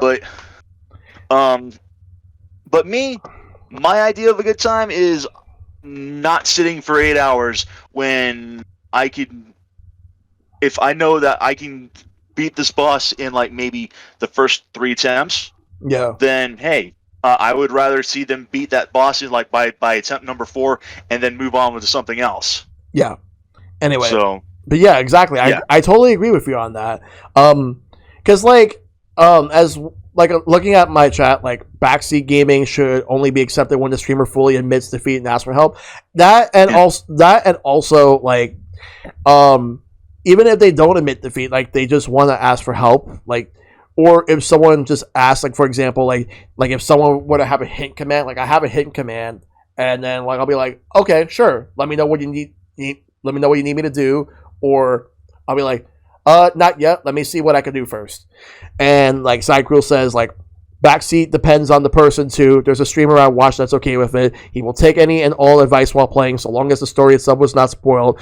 I've seen some comments, like for example, it says, "Yeah, had that happen to me before at a friend's place." Also, yeah, because I accidentally spoiled something, and then like, here's another thing. Psycho also says two things. Yeah, this is on my no-go plate too. Any location, item, move, etc. that has the potential of spoiling story is a no-go too. That is unfortunate that happened. Yeah, because that was a mistake that I made. But and they said the co-com shouldn't get mad as it wasn't their stream and chat to get mad at. It's not that they were actually mad. They were a bit harsh on me in a way, but I did not know that they know, and that's the thing. Like even though the streamer themselves was 100% like all right, they were not like upset or anything. But I've seen some instances where in other streams that things were handled worse. That somebody actually jumped the gun and like called him out on something, and then it turned out that like it actually wasn't really that big of a deal. I've seen it happen a few times to other people, but it's unfortunate when that happens. But yeah. Now let's talk about the next topic. So the next topic that I want to talk about is we get to microtransactions, loot boxes, and the whole pay to win. Because I got some things to talk about regarding that. Yeah. So, in regards to loot boxes, microtransactions, like, back in the day, like, at first we just had regular DLC, where, like, all it is just, like, you get some extra content at a price. Sometimes it might be free, but as the years go by, things start to take a different turn because some companies start seeing some trends. Like, for example, microtransactions where if you want to buy, let's say, for example, you're playing a game and there's some sort of an item you want, but the only way to get it is to pay a certain amount of money. Even if it's, let's say, $1 just to get one, it adds up. Yeah. And it happens a lot in mobile gaming, and it was eventually brought to console and PC games. So the thing about that is sports games has this, fighting games eventually had this, like so many other games in general. Like mostly multiplayer games tend to have this. EA became very notorious about it, especially with the recent Battlefronts. Yes. And just... And then you have loot boxes where you're just basically buying something where it's like gotcha. Like if you're buying like one of those like little toys and it's a blind bag or something, you don't know what's inside until like after you open it up. And then it's like it could either have the same thing that you already have or something completely new. You don't even know exactly like what's inside. In this case, it's like gambling in a way. Sports games do this. Like 2K does this. Activision Blizzard, yes, they do that. Nintendo does this with their mobile games, like Mario Kart Tour, for example. Like if you want to get, you have to pay a certain amount of money just to get like a character or skin, or you could just pay like this much just to get like a roll. Like Fire Emblem Heroes does this. Like you pay to get rolls of characters. You can get repeats or you can get new characters. Animal Crossing does this. When you would get fortune cookies, you have to pay for those. But I see a lot of games with loot boxes. Like, yeah, as you said, Battlefront uses that. It's just not good. It's just not good at all. This is an example that I think actually handles this somewhat well. Genshin Impact. This is a game that I've been playing quite a lot. And it's like a free game with a gacha concept. And what they do is that there is an option where you can kind of pull for certain characters on these banner things that they have every so often. Yeah. But the thing is that while you can pay for the premium currency that you spend on the banners, you can go ahead and do that. You don't need to. You can actually go and complete daily commissions or daily missions that will award you a certain number of those gems that you can pay toward the banner. Oh And yeah. so long as you can spend that on the banner with the so long as you can stockpile that currency in game, you can go ahead, and I don't have a problem doing that with the sort of the gotcha system that they've got. Yeah. Especially since they also have a pity system in place where if you get like 100 pulls on a banner and you don't have the banner character, it will give you either like a 50-50 chance of that banner character or a 5-star character you don't have. Yeah. So um and Zycrul also does the same thing with the daily login bonuses as well. Yeah. Even there's another thing that they do. I think the Welkin Pass on Genshin. I mean, it costs $5 real life, but like for 30 days, you get like 90 gems. Every single day, so long as you log in. Yeah. So And it's like there's like a lot of mobile games where they have like really bad microtransactions, and then if they bomb or they don't perform well, they shut down. Like Sonic Runners, for example, was yeah, another one, and you can't play it anymore. And the same thing with the Dr. Mario game. yeah, But there was also another like mobile game that Nintendo published, which was developed by Cygames, which is Dragalia Lost, and that's going to end later this year. oh, Um, really? yeah, because apparently it wasn't really performing as well. And what happened is that like usually like they're very good in regards to handling like microtransactions. Like you could either make it cheaper or there's some stuff where you don't really Yeah. need to actually use microtransactions for. You can just play the game as it is. It's optional. And but in the case of Dragalia Lost, it's going to end its story later this year. So it got like a 3.5 to nearly 4 year run, which is cool, but it sucks for the players who wanted to keep going. But I do hope eventually they bring a version of that game to the Switch where at least you'll be able to play it offline without needing all that stuff. You have everything there. So for those who weren't really into mobile games, at least you could be able to play that. And Especially if they do the crossover stuff, because I never actually got into Dragalia Lost. I tried downloading it on an old phone of mine because I wanted to participate in the Mega Man crossover event, yeah, but the phone I had couldn't support the game at the time. So by the time I actually upgraded to a phone that could support it, the crossover event had already ended. yeah, like So same. And I just didn't really do it because I don't really do mobile games like that. Like the most I've actually spent on a mobile game was Pokemon Go, which I don't play yeah, anymore. But I've seen other games too. Like for example, um Nintendo had Super Mario Run, but except in this case, this game was like $10 and you have the whole game. Like at first they give you 3 levels for yeah. free, but if you want the whole game, you pay $10. The game did not perform well. There was a lot of people who were actually angry about this, and I'm like, why are you angry about this? It's basically you just pay $10 to have the whole game, and that's that.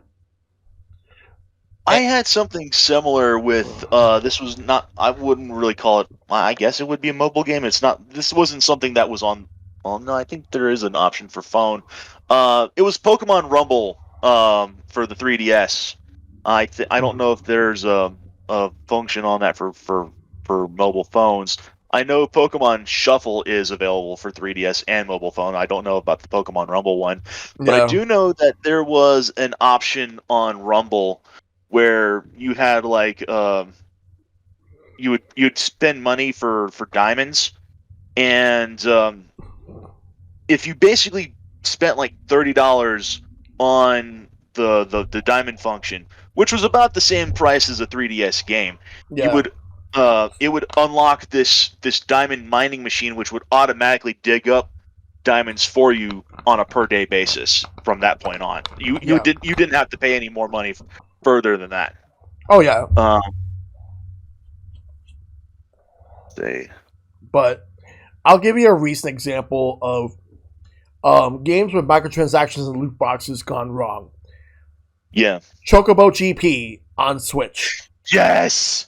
God, yes. Holy fucking shit. You have a game, at first, when it was revealed at the Nintendo Direct back in the fall of 2021, the game looked promising. It looked like it was going to be a fun alternative to Mario Kart. I was expecting it to be something fun that I could just play with friends. It's like, oh, Nintendo's not making a Mario Kart 9. Let's actually play this. This will fill the gap. And guess what? Then it turns out that they were going to do some sort of battle pass of sorts, but which at first didn't sound so bad, but it eventually gets worse. And it gets worse. You could download the free version of the game, and I'm like, okay, cool, free version just to try the game out. It's barely a demo.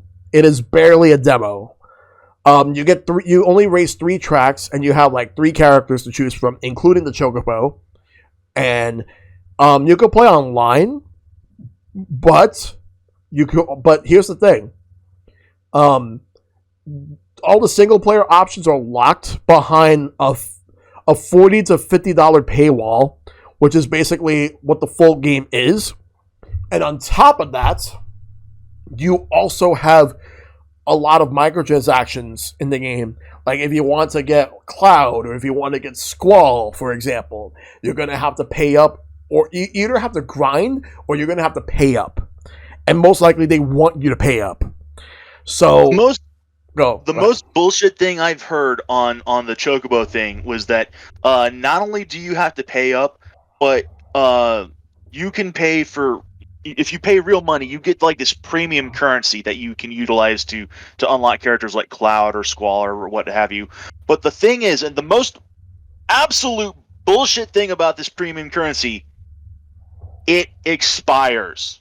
You can't even stockpile this thing, because if you buy this premium currency, you have to use it or you'll lose it. And it's like,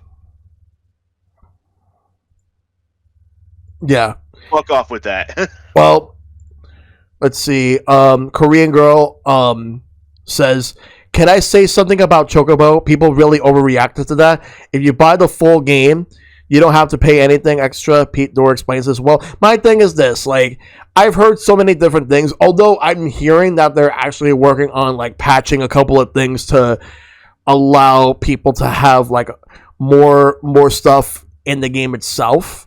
I'm actually hearing that they're looking to make good on a lot of things, because it had a really bad start. But they want to actually fix things. So if they fix enough issues with the game to the point where, like, if you just buy the base game and you'll be able to have everything with no problem, like you said earlier, Korean girl, with like the base game having everything, but if they add more stuff to make it feel like it's worth the money, then I'll consider it. But for now, like, and also here's the other thing. The other issue I have with the game is the gameplay. Like, some of the controls felt weird, but then again, I'm used to Mario Kart, but and I played some other racers where like they have standard controls, but it just didn't really do it for me. And I wasn't really having that much fun with it. That's just the controls are a completely different issue altogether. I know some people probably might get past it. There's some people who probably might say it's good. It just didn't work for me. But again, different issue altogether compared to the microtransactions and loot boxes in not just this, but in other games. But I just feel like microtransactions and loot boxes, they're never going to go away. Like, no. We're at the point where, unfortunately, like, we're at the point right now where it's like, in Europe, like, in-game gambling, like, for example, like, remember back when in Pokemon Platinum, we had, like, because we had Game Quarter from Pokemon Red and Blue up until Pokemon Platinum, where you had the slots. Yep. And in Europe, especially in Germany, they gave it a PEGI 12, which PEGI is basically their rating system, like how we have ESRB over here, and because they were forced to change it to PEGI 12 over there, it got to the point where the next game, which was the remakes of Gold and Silver, Heart Gold, Soul Silver, they had Game Corner, but they changed the game to Voltor Flip outside Japan. In Japan, it was still slots, but outside Japan, they changed it to Voltor Flip, which is fun. But then, after that, from Black and White and onwards, Game Corner was gone. No more Game Corner, and now this is also going to affect the Sonic series, where like any newer, like they're not going to be able to put casinos in any of the newer games. This does not affect any older games that existed prior to when like they made those rules, but newer games. So, for example, if they were to make like a brand new casino, whatever, they're not going to be able to do that unless they want to bump the game's rating up, which now the rating will go up to 18 and not 12. But for whatever reason, sports games or games with loot boxes and microtransactions, especially with sports games, that would be the equivalent of like the E rating or E10. Like, for example, in Europe, it's either 3 or 7, like PEGI 3 or PEGI 7. Apparently, that does not affect gambling, just in-game gambling and all that. And I'm like, make it make sense. Please. Make it make sense. Yeah. It's just, ugh. Yeah, Zycru, I do enjoy Voltor Flip over the slots. Yep. But the point is that they decided to regulate certain rules, and they decided to I was hoping they probably would have just kept Voltor Flip this whole time, because at least with Game Corner you just have like actual like fun games, fun puzzles and all that. You don't have to have slots; you can just have puzzles and all that. But instead, they just took it out altogether, because you're not like you're just. I mean, make it. Go ahead. I sorry. I was just about to say, they could have done that where like they didn't have to bring back Voltor Flip, but they could have brought in like other mini games. They could have reworked the Game Corner completely to where, hey, this is a Game Corner. Let's have actual games. Let's do like little mini games, like kind of like reintroducing the Pokeathlon, only like in a slightly different sense. Yeah. From Gen 4, or just doing something else completely, kind of like how Gen 6 had the little mini games that you play with your Pokemon in the Pokemon Ami or something. Or is it Amy or Pokemon? You got it right the first time. It was actually Pokemon Ami. Okay, I thought so.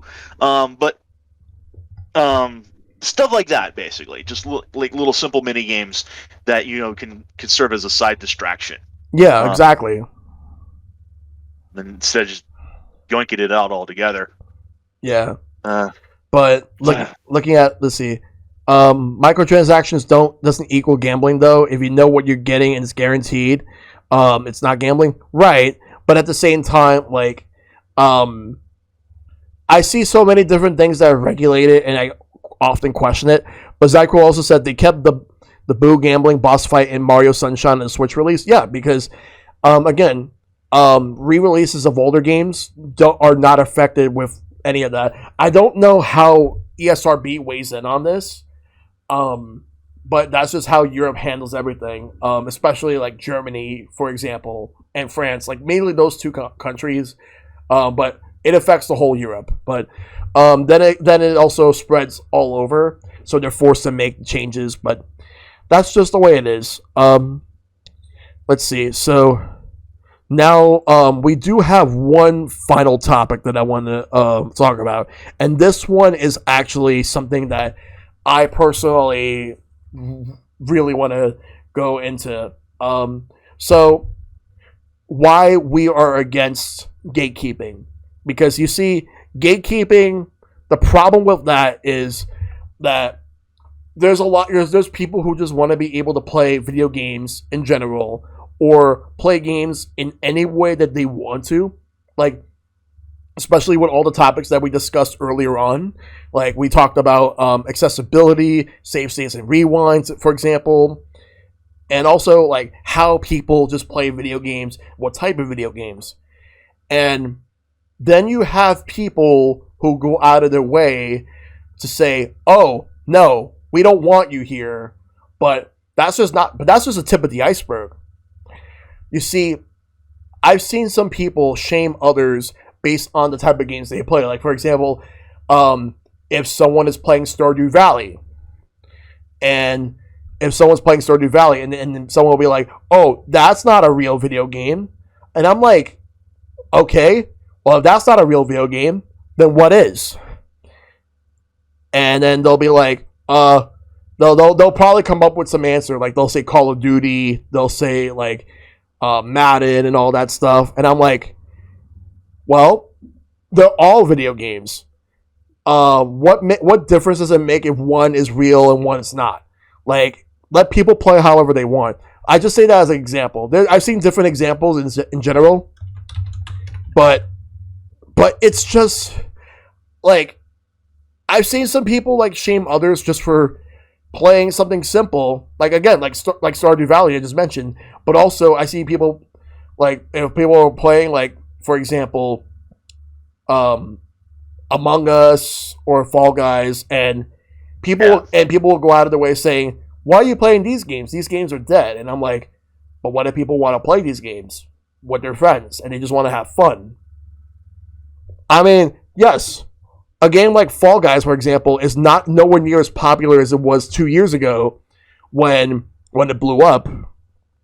But if people just want to play it, they should not be shamed for playing it. Because I see people shamed as well for playing so many different games. Like, for example, I used to be shamed just for liking Nintendo games, or if I liked Sonic. But for example, and yet like I used to get so many people saying, "Oh, Nintendo sucks. Xbox is better. PlayStation is better." Like the whole console war bullshit. And then people say, "Oh, you're not a real gamer if you don't play on this console or that console." And I'm like, who cares? Who cares? If I want to play on this if I want to play on like let's say at the time GameCube or on PS2 or Xbox, I'll play whatever. That's that. What are you gonna say, Ben? Going off of that is going into certain games and playing them in a way that you want to, like you mentioned, getting shamed for not doing a specific play style or using a specific character or a specific weapon, or like with Pokemon, people giving you shit about using legendaries on your team or using certain popular Pokemon. I'm like, fuck off with that. I mean, if I want to go in on a Pokemon game with all water types, who are you to fucking stop me? Exactly. Like, now granted, there have been some times in the past where I may have said some dumb shit like that, but I recognize now, like, it was wrong for me to do that. Like, I'm not going to gatekeep people at all. Like, if anything, I want more people to enjoy the games that they like and enjoy the games that I also like too. Like, for example, I've seen the argument in the past where there were people who say that in Smash Brothers you should not play certain characters unless you play their games. And I'll admit, there was a point in my life where I used to actually think like that for a few years, but then I realized there are characters in which I've actually never played their games until after the fact, or I still haven't played some of their games yet. So I'm like, well, that statement is definitely wrong. Like saying, "Oh, you should not play." Like, let's say, for example, in this case, Shulk. You're not allowed to play Shulk until like after you play Xenoblade. I'm like, who cares? Again, who cares? The only time I'll even do something like that, and it's not so much of a you shouldn't, it's more of like a, hey, I recommend not doing this for, and the only reason I would recommend them not doing a particular character is if the character is said to be like a mechanically different character. That's like, hey, if you want to play as a character that's relatively easy, or not so much fun, but like a relatively pick up and play character to kind of get used to the mechanics of the game, then like say maybe go with someone like Mario or Kirby, who's average, balanced, and all around. but someone who has a bunch of different mechanics, um, like say the Pokemon trainer. Yeah, you can start with them if you really love Pokemon, but unless you know the mechanics of cycling out, between Charizard, Squirtle, and Ivysaur, I would maybe recommend going with somebody else a little different before jumping. But then again, I mean, if you want to just jump in and get your feet wet, I mean, there's a difference between slowly wading into the shallow end of the pool and just cannonballing right into the deep end. There's no wrong way. I mean, Yeah, so long as you know what you're getting into, I mean, far be it for me to stop you. So, um, I'm just saying that, hey, this is what I would recommend. But I mean, if you want to, if you just want to go into the Pokemon trainer and start doing it, or if you want to what's another mechanically unusual fighter? Trying to think of. I wouldn't really say mechanically unusual, but like Lucario, how he gets stronger the more damage he gets, yeah, or with Little Mac's kind of weak air game, but relatively strong ground moves. Hey, if you want to, get into these characters because you like their games, I mean, hey, that's fine. But if you've never played a Smash game before and you don't know what you're getting into, I mean, I'm just gonna say, hey, these are my recommendations. But I mean, yeah. I ain't gonna. Because what you if, said is, if go ahead. No, finish. say if you want to, like I said, if this is a character that appeals to you and you want to play as them because they look cool, then yay, it's valid as reason as any. Yeah, and So it's like for me, like, because that's the thing, like, because that's different compared to like someone telling you, oh, do not do this until you play this or that or whatever. No, like, what if someone in the end? Here's the thing: what if someone wanted to play like a character from like Fire Emblem or a character from like Kid Icarus, and they just want and they like the character so much that that's when they're gonna get into those games to give those games a shot, as opposed to someone else saying, "Oh, do not play this character until you play certain games." No, don't do that. Please don't do that. Um, so I'm going to highlight a comment from Zykrul. Um, when I very first played World of Warcraft back when it was in its vanilla mode, I got into a guild where the guild leader would not allow you to power level to be more than level 10 levels above the others in the group. I did not stay after I found out about that, and then he would go on to say that he found a better guild after that back then. Yeah, I hate when people do that, like holding other people back just to get everybody in a similar range. Why not just let people play however they want? Just do that. It's really not hard at all. Like, let people play however they want. And another comment that I actually wanted to bring up real quick. Let's see. Let me find it. All right, yeah, this one from Track. Yeah, I believe it's Dracones. I can't. I'm sorry if I don't pronounce it right. Draconesque Media. Draconic Quest Media. Draconic Quest Media. Yes. All right, I just want to make sure I got it right. All right. I was picked on once for playing Pokemon Red on Game Boy. The joke's on them because I became more of a thoughtful individual when I branched out into different RPGs as the game taught me to be tactical. See, that's the thing. There are people who are just going to easily make fun of you for playing this game and that game. But then what they don't seem to realize is that like you develop so many different skills later on, or in regards to thinking, in regards to strategic, how you actually play games. Like I remember when Pokemon Gen 3, it was Ruby and Sapphire, was brand new. I remember playing that, and I would get so many people who were like, "Lol, you still play Pokemon and all that?" Because around this time, a lot of people lost interest in Pokemon, and they switched over to Yu-Gi-Oh, which was big at the time. But that said, there were people who were just basically like just making fun of others just for liking Pokemon, and I'm like, but I like Pokemon. Why should I like just stop playing something because someone like makes fun of me for that?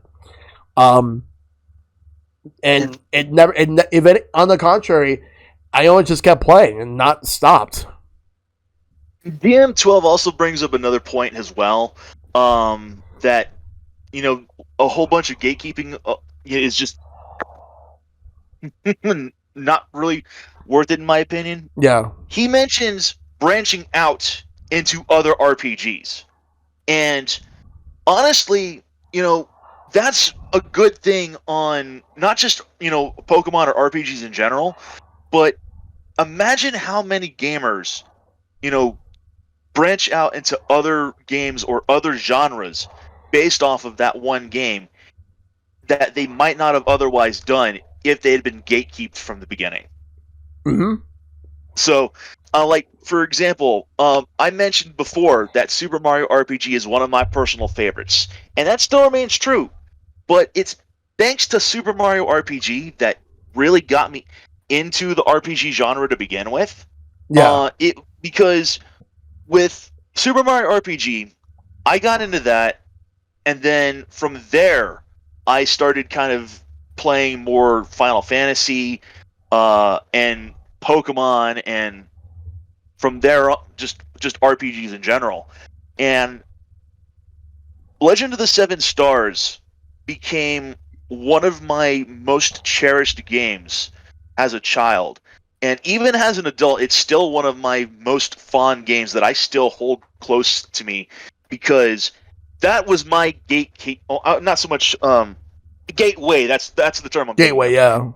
Yeah. Um, Super Mario RPG was my gateway RPG to the genre, Yeah. and that was my introductory game. And if it hadn't been for me playing that game, if I had been told, not to play this game, if I had been peer pressured not to playing that, then I probably never would have played. I probably never would have gotten into Pokemon. I probably would have never gotten into Final Fantasy. I Right. probably would have never considered RPG as a genre. Um, and for some people, there's Pokemon was their gateway game. Final Fantasy was also their gateway game. And Mega Man X was another one of my favorite games because when we were talking about Mega Man a couple weeks ago, even though I first started playing, I played the first Mega Man game. Was it the first or the second? I think it was the first one when I was still like a very young child. I was like maybe Yeah. 4 years old when I first played it, and I didn't understand anything about it. I didn't understand the mechanics. I didn't understand the controls. I um, didn't understand how the game operated at all. But then uh, about 4 or 5 years later, I picked up Mega Man X, and I watched a buddy of mine play through it, and I was like, okay, now I kind of understand where this is coming from. And Mega Man X over the classic series, I didn't realize, Mega Man X and classic kind of shared a lot of stuff. But I didn't really like the classic series until I was almost an adult. I was like, it was only until like the Anniversary Collection came out on PlayStation 2 that I actually got to enjoy the earlier NES titles. Yeah. And I was like, okay, this is, they have their flaws, sure, but they also have their charm. And I'm not gonna say that, hey, this game is bad or you shouldn't play it, because you never know what you're gonna find. You never know what you're gonna enjoy until you actually try it for yourself. Exactly. It's just a matter of finding what works best for you. Like for example, like I got into Mega Man like with Mega Man 3, but that I because like I mentioned last week when I had the Mega Man discussion, I went from Mega Man 3 to Mega Man X4 to Mega Man 2 on the Game Boy to Mega Man and Base on the Game Boy Advance, and then I got more into it thanks to the Anniversary Collection, which I ended up getting the GameCube version, which they swapped the controls. I did bring that up last week, but yeah, a couple of comments I want to actually bring up. Like for example, Link Triforce says, "Yeah, I wasn't into RPGs much until like the last few years, particularly classic style JRPGs." Exactly, and like there's a lot of them. Like, because he played Octopath, and then now he has a super long backlog of JRPGs, and there's so many of them. That's the thing. There's a lot of great games, in general. And another thing I want to bring up, was like, Keyblade says this. He says this. Hey, look, I used to be a simple kid who enjoys the typical side scroller and hack and slash, but as soon as I beat the first boss of Final Fantasy VII, a whole new world was open to me and fell in love with RPGs. Then I got into other genres like shooting games thanks to Splatoon, or fighting games because of Smash. And then he goes on to say something like this. Also, don't gatekeep people from playing retro games. They all deserve to play games from the earlier days just as much as the newest ones. Exactly, I agree with that. That's just how it is. Like, people should play whatever they want, however they want to. Yeah, and then going off of earlier discussions, if there's a game that you just don't gel with, then hey, at least you gave it a fair shot. Exactly. That's all I can ask. If it's not for you. Yeah, if you tried it, you didn't like it, that's fair enough. That's all I can ask, is that, hey, you at least give it a shot. And if you like it, awesome. Glad to have you on board. If it ain't to your liking, then hey, different strokes for different folks. Mm-hmm. So yeah, exactly. Like, for example, like, I've seen so many people bring up some things like, Radio Dog said this. They said, yeah, still, my favorite RPG that I really enjoyed was Paper Mario: The Thousand Year Door. I like to pop in that game because I enjoy the story and the humor of that game. Like, yeah, if it's a game you really love and you just want to go and play it, just play it. That's the thing, and that's just the way things go. Zykrul says, my backlog consists of more platformers, action, adventure like games, only because most of my life I play pretty much JRPGs and visual novel like games for the rich stories. The leveling aspect in RPGs was a nice bonus for me. Yeah, exactly. Like,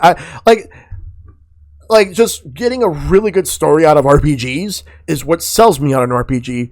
Gameplay to me is just a bonus. Like, being able to go and explore different worlds, grinding by fighting bosses. I know grinding may be tedious for some people, but for others, people actually like it. It just depends on how well they actually do it. And also, the characters, how they develop from the start of the game right up to the end. And depending on, like, if a character actually, you have some sort of an attachment to some characters, you may feel some emotions because you see exactly what those characters go through in each of those games. And then, yeah, like, DQM says, yeah, I have Legend of Zelda to thank for getting me into adventure games, which branched into Kingdom Hearts, Okami, the list goes on. Yeah, because games like that, they're very engaging to play. Like, to me, like, a game like Okami is one of the best games of its own genre. To me, I actually enjoyed that game. And there's a lot of fantastic Legend of Zelda games out there. But also, I enjoy some other games. Like, I enjoy Bayonetta, for example. Like, I enjoy the Bayonetta games. Like, the first game is actually very hard. And it has a lot of complete BS QuickTime events. The second game took out the QuickTime events. But it's still, to me, it's much better formatted, much better game than Bayonetta 1. And I'm looking forward to 3, by the way. Hopefully the 3 takes a lot of cues from 2. But yeah, so many great games, and people should not be ashamed of playing any of the games that they're playing. But another comment I want to bring up, I'm thankful my grandmother got me a PS2 when I turned 14 because I discovered some awesome platforming games that I fell in love with immediately. Ratchet & Clank, Sly Cooper, Jak and Daxter. Which are pretty good. Yeah. Hell, one of my favorite games of all time, or not really so much games, but just genres in general, Dynasty Warriors. Oh yeah. I know some people find the hack and slash genre to be just mind-numbing, tedious, boring almost. But to me, there's just something primally fun about just taking the role of a big burly dude and just sending an entire room of motherfuckers flying Yeah. with the swing of your great club. Oh yeah. There's just something that just tickles my little the little serotonin center of my brain that just kind of makes the feel good juices come out. Right. Like for me, I get enjoyment out of games that I know for a fact have a really good story, great characters, no matter which genre it is. Hell, even fighting games, depending on the fighting game itself, though stories in some games can be inconsistent. Like Street Fighter is inconsistent, and Mortal Kombat is off the rails ever since. Because Mortal Kombat 11 story to me is just a huge disappointment. But Yeah. and then you have like um games that take an existing story like a licensed IP and give it a really nice story as if you're watching episodes of like different shows. Like for example, Dragon Ball Fighters. It's like you're watching a brand new season of Dragon Ball, for example. But then you also have games that don't have a story, just cutscenes at the end to show their endings, and that's it. Which games like Street Fighter used to do that before they finally had a story mode with Street Fighter Five, and then like so many others. But the characters will always sell you on some of these games, and that's just what it is. And Zykrel responded to you saying, "You say that, and I have always enjoyed hack and slash games like God of War, but it was because of Hyrule Warriors that got me into the Dynasty Warriors and other Muso type games."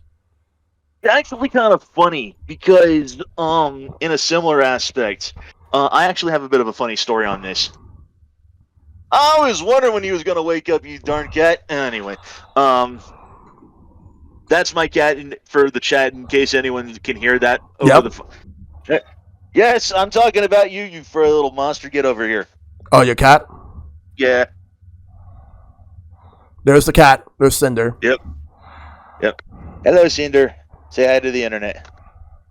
But yeah. But bless you. But about the Muso games.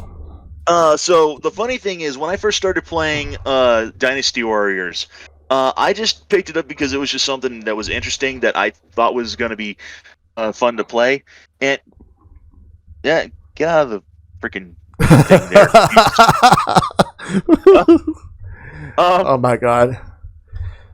But the thing is that you know how they say that video games are something that you're never going to teach you anything. You're not going to learn anything from a video game that you don't learn in school.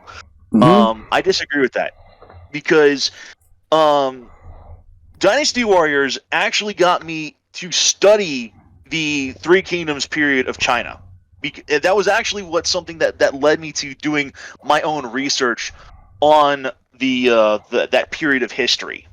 And the same thing with the Sengoku period of Japan and Samurai Warriors, because Samurai Warriors was an offshoot of the Dynasty Warriors series, and I just, these games actually kind of made me look into and study this part of history just for my own personal enjoyment. Yeah. And I'm like, oh, and they say video games aren't educational, and I'm like, I mean, aside from the edutainment games, but yeah, that's a different can of worms entirely. That's another topic in general.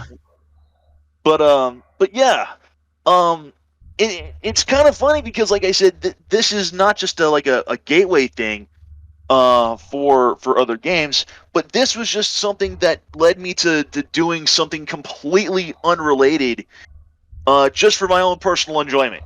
And in fact, I eventually got to the point to where I don't know if I have it here. I don't think I have it specifically in this room somewhere, but I did actually get to a point to where I bought my own copy of the Romance of the Three Kingdoms, an English translated version of the Romance of the Three Kingdoms, and I spent like 3 weeks just reading through the whole series on my own, just enjoying the literature for myself, just because I happen to love Dynasty Warriors. And I never would have thought that, of all things, a hack and slash video game would have led me to buying an English translated version of one of the 4 great novels of China, just to experience the literature for itself. Yeah. But yeah, like the other thing I want to bring up is that like um I've never played Kessen on PS2, but I remember seeing advertisements of it, but I've never played it. But there was a game that Koei actually did for GameCube.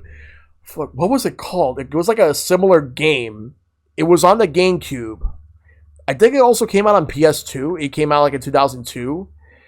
But like it was like a similar game, but it was more of a fantasy style game rather than like taking place in like China or Japan. Um let's see. I'm looking it up right now to say. Oh, Mystic Heroes. Yes, I remember seeing advertisements for Mystic Heroes. I've always wanted to play it. I remember seeing pictures of it, and it looked really cool. But like, I've seen like images of it, like Nintendo Power, for example, but never played it. But yeah, Koei made a lot of interesting stuff. Like I don't remember what they started deviating like from Dynasty Warriors and Samurai Warriors. I think it might have been when they did Gundam, and then they just started doing other things like Fist of the North Star. Yeah, and that sounds about right. But you wonder what they want to do. Yeah. They desperately want to make a Warriors game based on Star Wars. That's something that they've been wanting to do for years. Oh, I would so play the hell out of that. And that would actually be a passion project if they were to do that. They've been wanting to do that for years. Crazy enough, you know what type of Muso series I would like to see done in that style? What? Mario, of all things. You want to know what I want to see in that style? Yeah. Pokemon. I would play the hell out of that too, not gonna lie. They'll find a way to make it work. Yeah, like let's see. But yeah, as far as games go, like there's so many different games that would lead me to getting into other games in like certain series or other series in general. Like for example, Smash Brothers actually. Like, here's the thing. Smash Brothers got me into F-Zero. It got me into Fire Emblem. It got me into Kid Icarus. It got me into a couple of other series in general. Like, some series that I was going to get into anyway, like Metroid, for example. Then again, the first Metroid I ever played was Metroid 2 Return of Samus for Game Boy. And then was like, I've heard of Earthbound because of video game magazines, but 2001 was when I finally got to play Earthbound on Super Nintendo. Still have the cartridge. There's just so many other games in general. Yeah, Mario crossed over with Rabbids. Like, you almost anything can really happen, really. Let's see. You have let's see. What else did I get into because of Smash? Like, there's just so many other ones. I've also got into like some Capcom games because of Marvel vs. Capcom. And it's like there's series that I was gonna get into anyway at some point in my life, and then there's games where I got into like my interest skyrocketed because of certain characters being playable in a completely different game, and that's the thing. Like, if something is going to lead you into something else that you probably might like a lot for yourself, then that's going to be great. Don't let anyone like bring you down when it comes to that. If people make you feel bad about liking this or that, never let people gatekeep you. Never let them tell you you can't do this, you can't do that, or even worse, if they were to tell you like that we don't want you around. Like, because this is something I do want to bring up right now. Because there are people who exclude others because they're apparently like not the type of people they're looking for. They exclude others because they're not like them. Like like the worst thing I've seen is when people exclude others because of like the type of person that you are, like who not in terms of personality, but who you are as a person. I've seen that happen a lot. Yeah, and it's just. Again, it's just one of those things. You just fuck off with that. Exactly. Just fuck off with that. Like I've seen people who exclude others because they're part of the LGBTQ community or women or people of color, and I'm like, why are you excluding other people that just want to get into it just because of like race, culture, sexuality. Like, what is the point of doing that? Because you want to have a small circle of people that that are like-minded by you, so you could have an echo chamber where you basically express how you feel about other groups. You don't want them around. You complain about how other people are taking things away from you, when in reality they're not. On the contrary, you're kicking them out. You're banning them from something. And you know what? Here's the thing. You know what? You don't want me around? Fine. I don't have to be around you. There are other people out there that would welcome me with open arms. Exactly. And that's the thing. Like, because I've been felt like I was gatekept by a lot of people, and now it's like there are other people who are so welcoming. I happen to just like stay in communities that have been super welcoming. But what I do is I want to welcome people in my community to anyone. As long as you're not being a complete asshole to other people, you're welcome in my community. That's the only thing. Because sure, things may get heated. We may not agree with everything. However, don't go out of your way to hurt somebody. And I'm not just talking physically. I'm talking about like mentally or verbally. Don't hurt somebody. Make them feel like they're not welcome. Don't ever do that. If like just because you don't like them for who they are or what they believe in. However, there's a very good reason why the number one rule on my Discord server is don't be a dick. Exactly. It's yeah. So again, that's why like I do everything I can to like to be there for others and to help others out. Like I will say I'm not 100% perfect, but I'm gonna do my best to do better each time and to also help out anyone that needs help. And that's the thing, because my thing is because I will do what I can to help others out and welcome others, and there's that. And as Link Triforce said, and I don't know why like my Twitch automod that I apologize for that, but I will put this here. Exactly. There's no reason to associate with people who are gatekeeping or just people who are assholes in general. There are enough welcoming communities out there for whatever you're interested in. It's like if one group doesn't want you, there's going to be another group that does. Will Wheaton's number one rule 2. Yep, it is. But no, you're good. You're good, like Triforce. But yeah, I agree with you. I honestly agree with you on that. And to be quite honest, like I'm just glad to be in the communities I'm a part of that have been welcoming, as well as me. Not only do I host like have my own community regarding my streams, also my gaming group, which is Switch and Play NYC, where we usually meet up like every week. We used to meet up every week, but now it's every month because of the pandemic.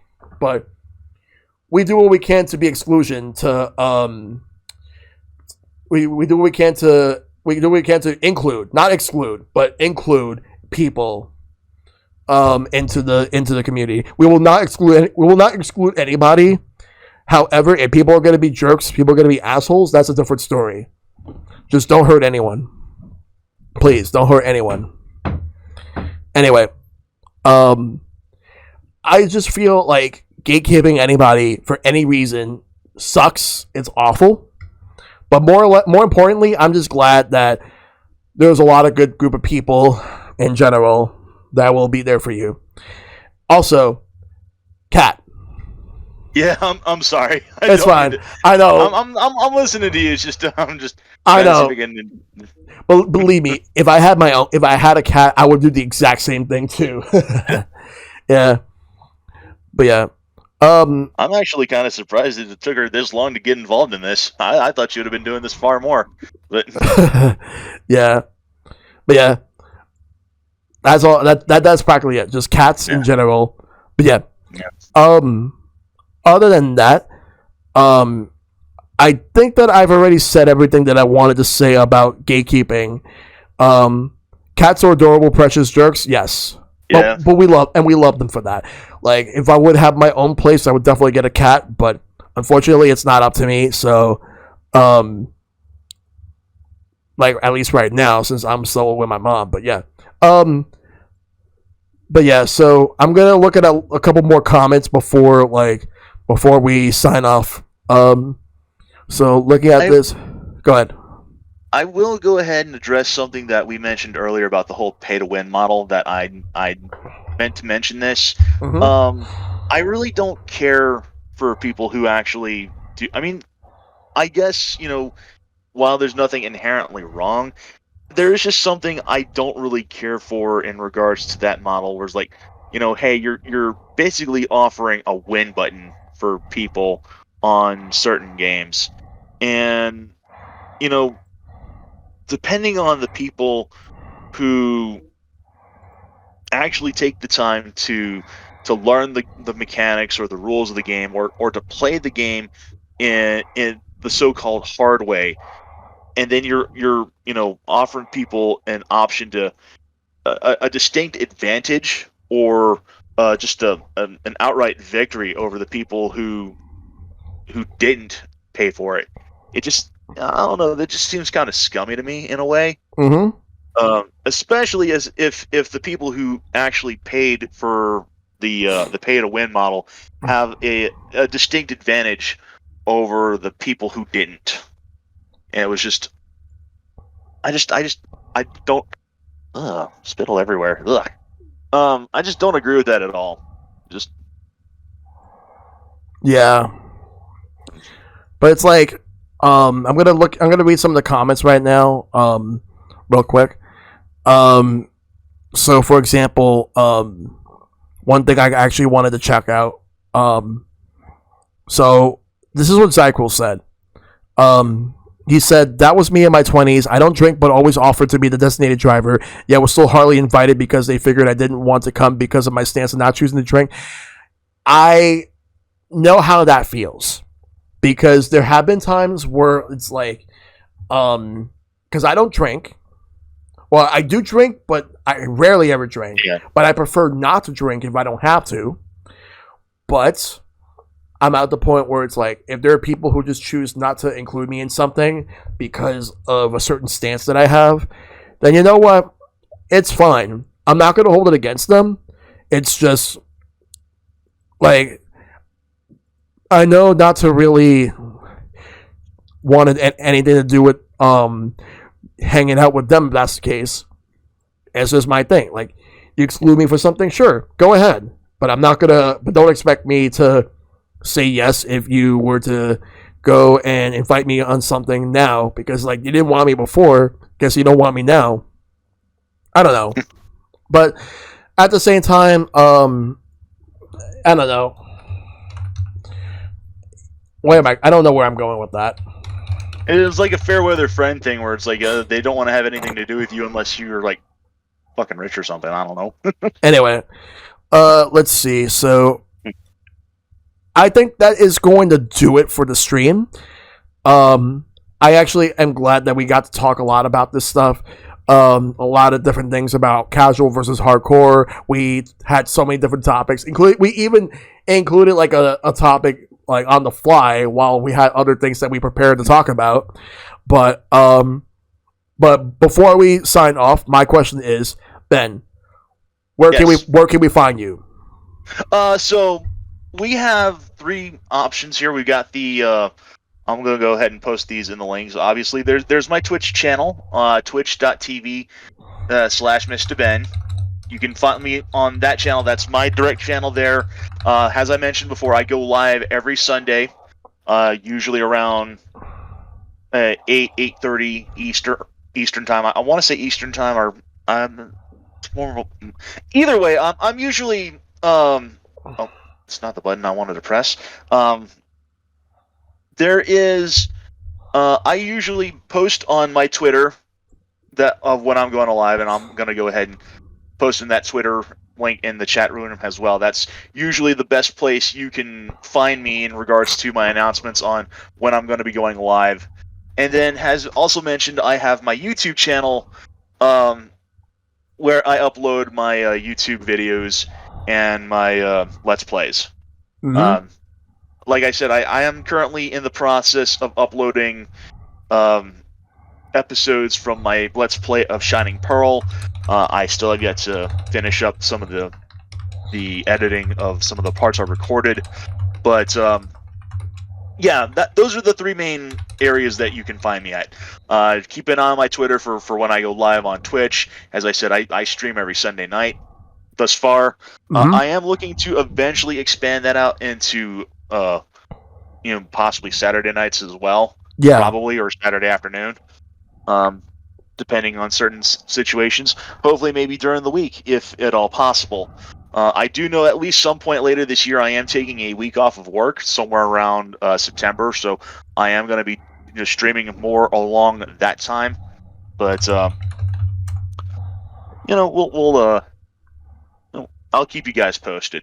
Okay. Also, I do have my own Discord server. I do have. Give me 1 second. Where?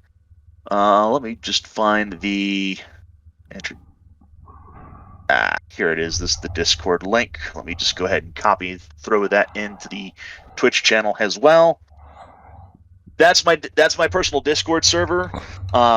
I'll also make announcements on when I'm going live there as well. So if you want to join the Discord channel, you can also know when I'm going to be going live for that particular Sunday evening. Yes. Or just whenever I happen to go live, regardless of whether it's Saturday or Wednesday afternoon or what have you. Yeah.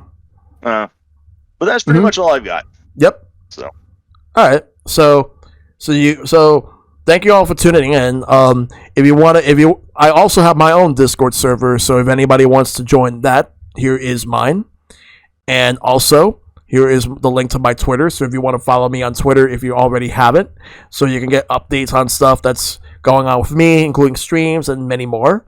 We'll have the next episode real soon, so thank you guys for watching, and I'll see you guys soon. Bye now. Take care.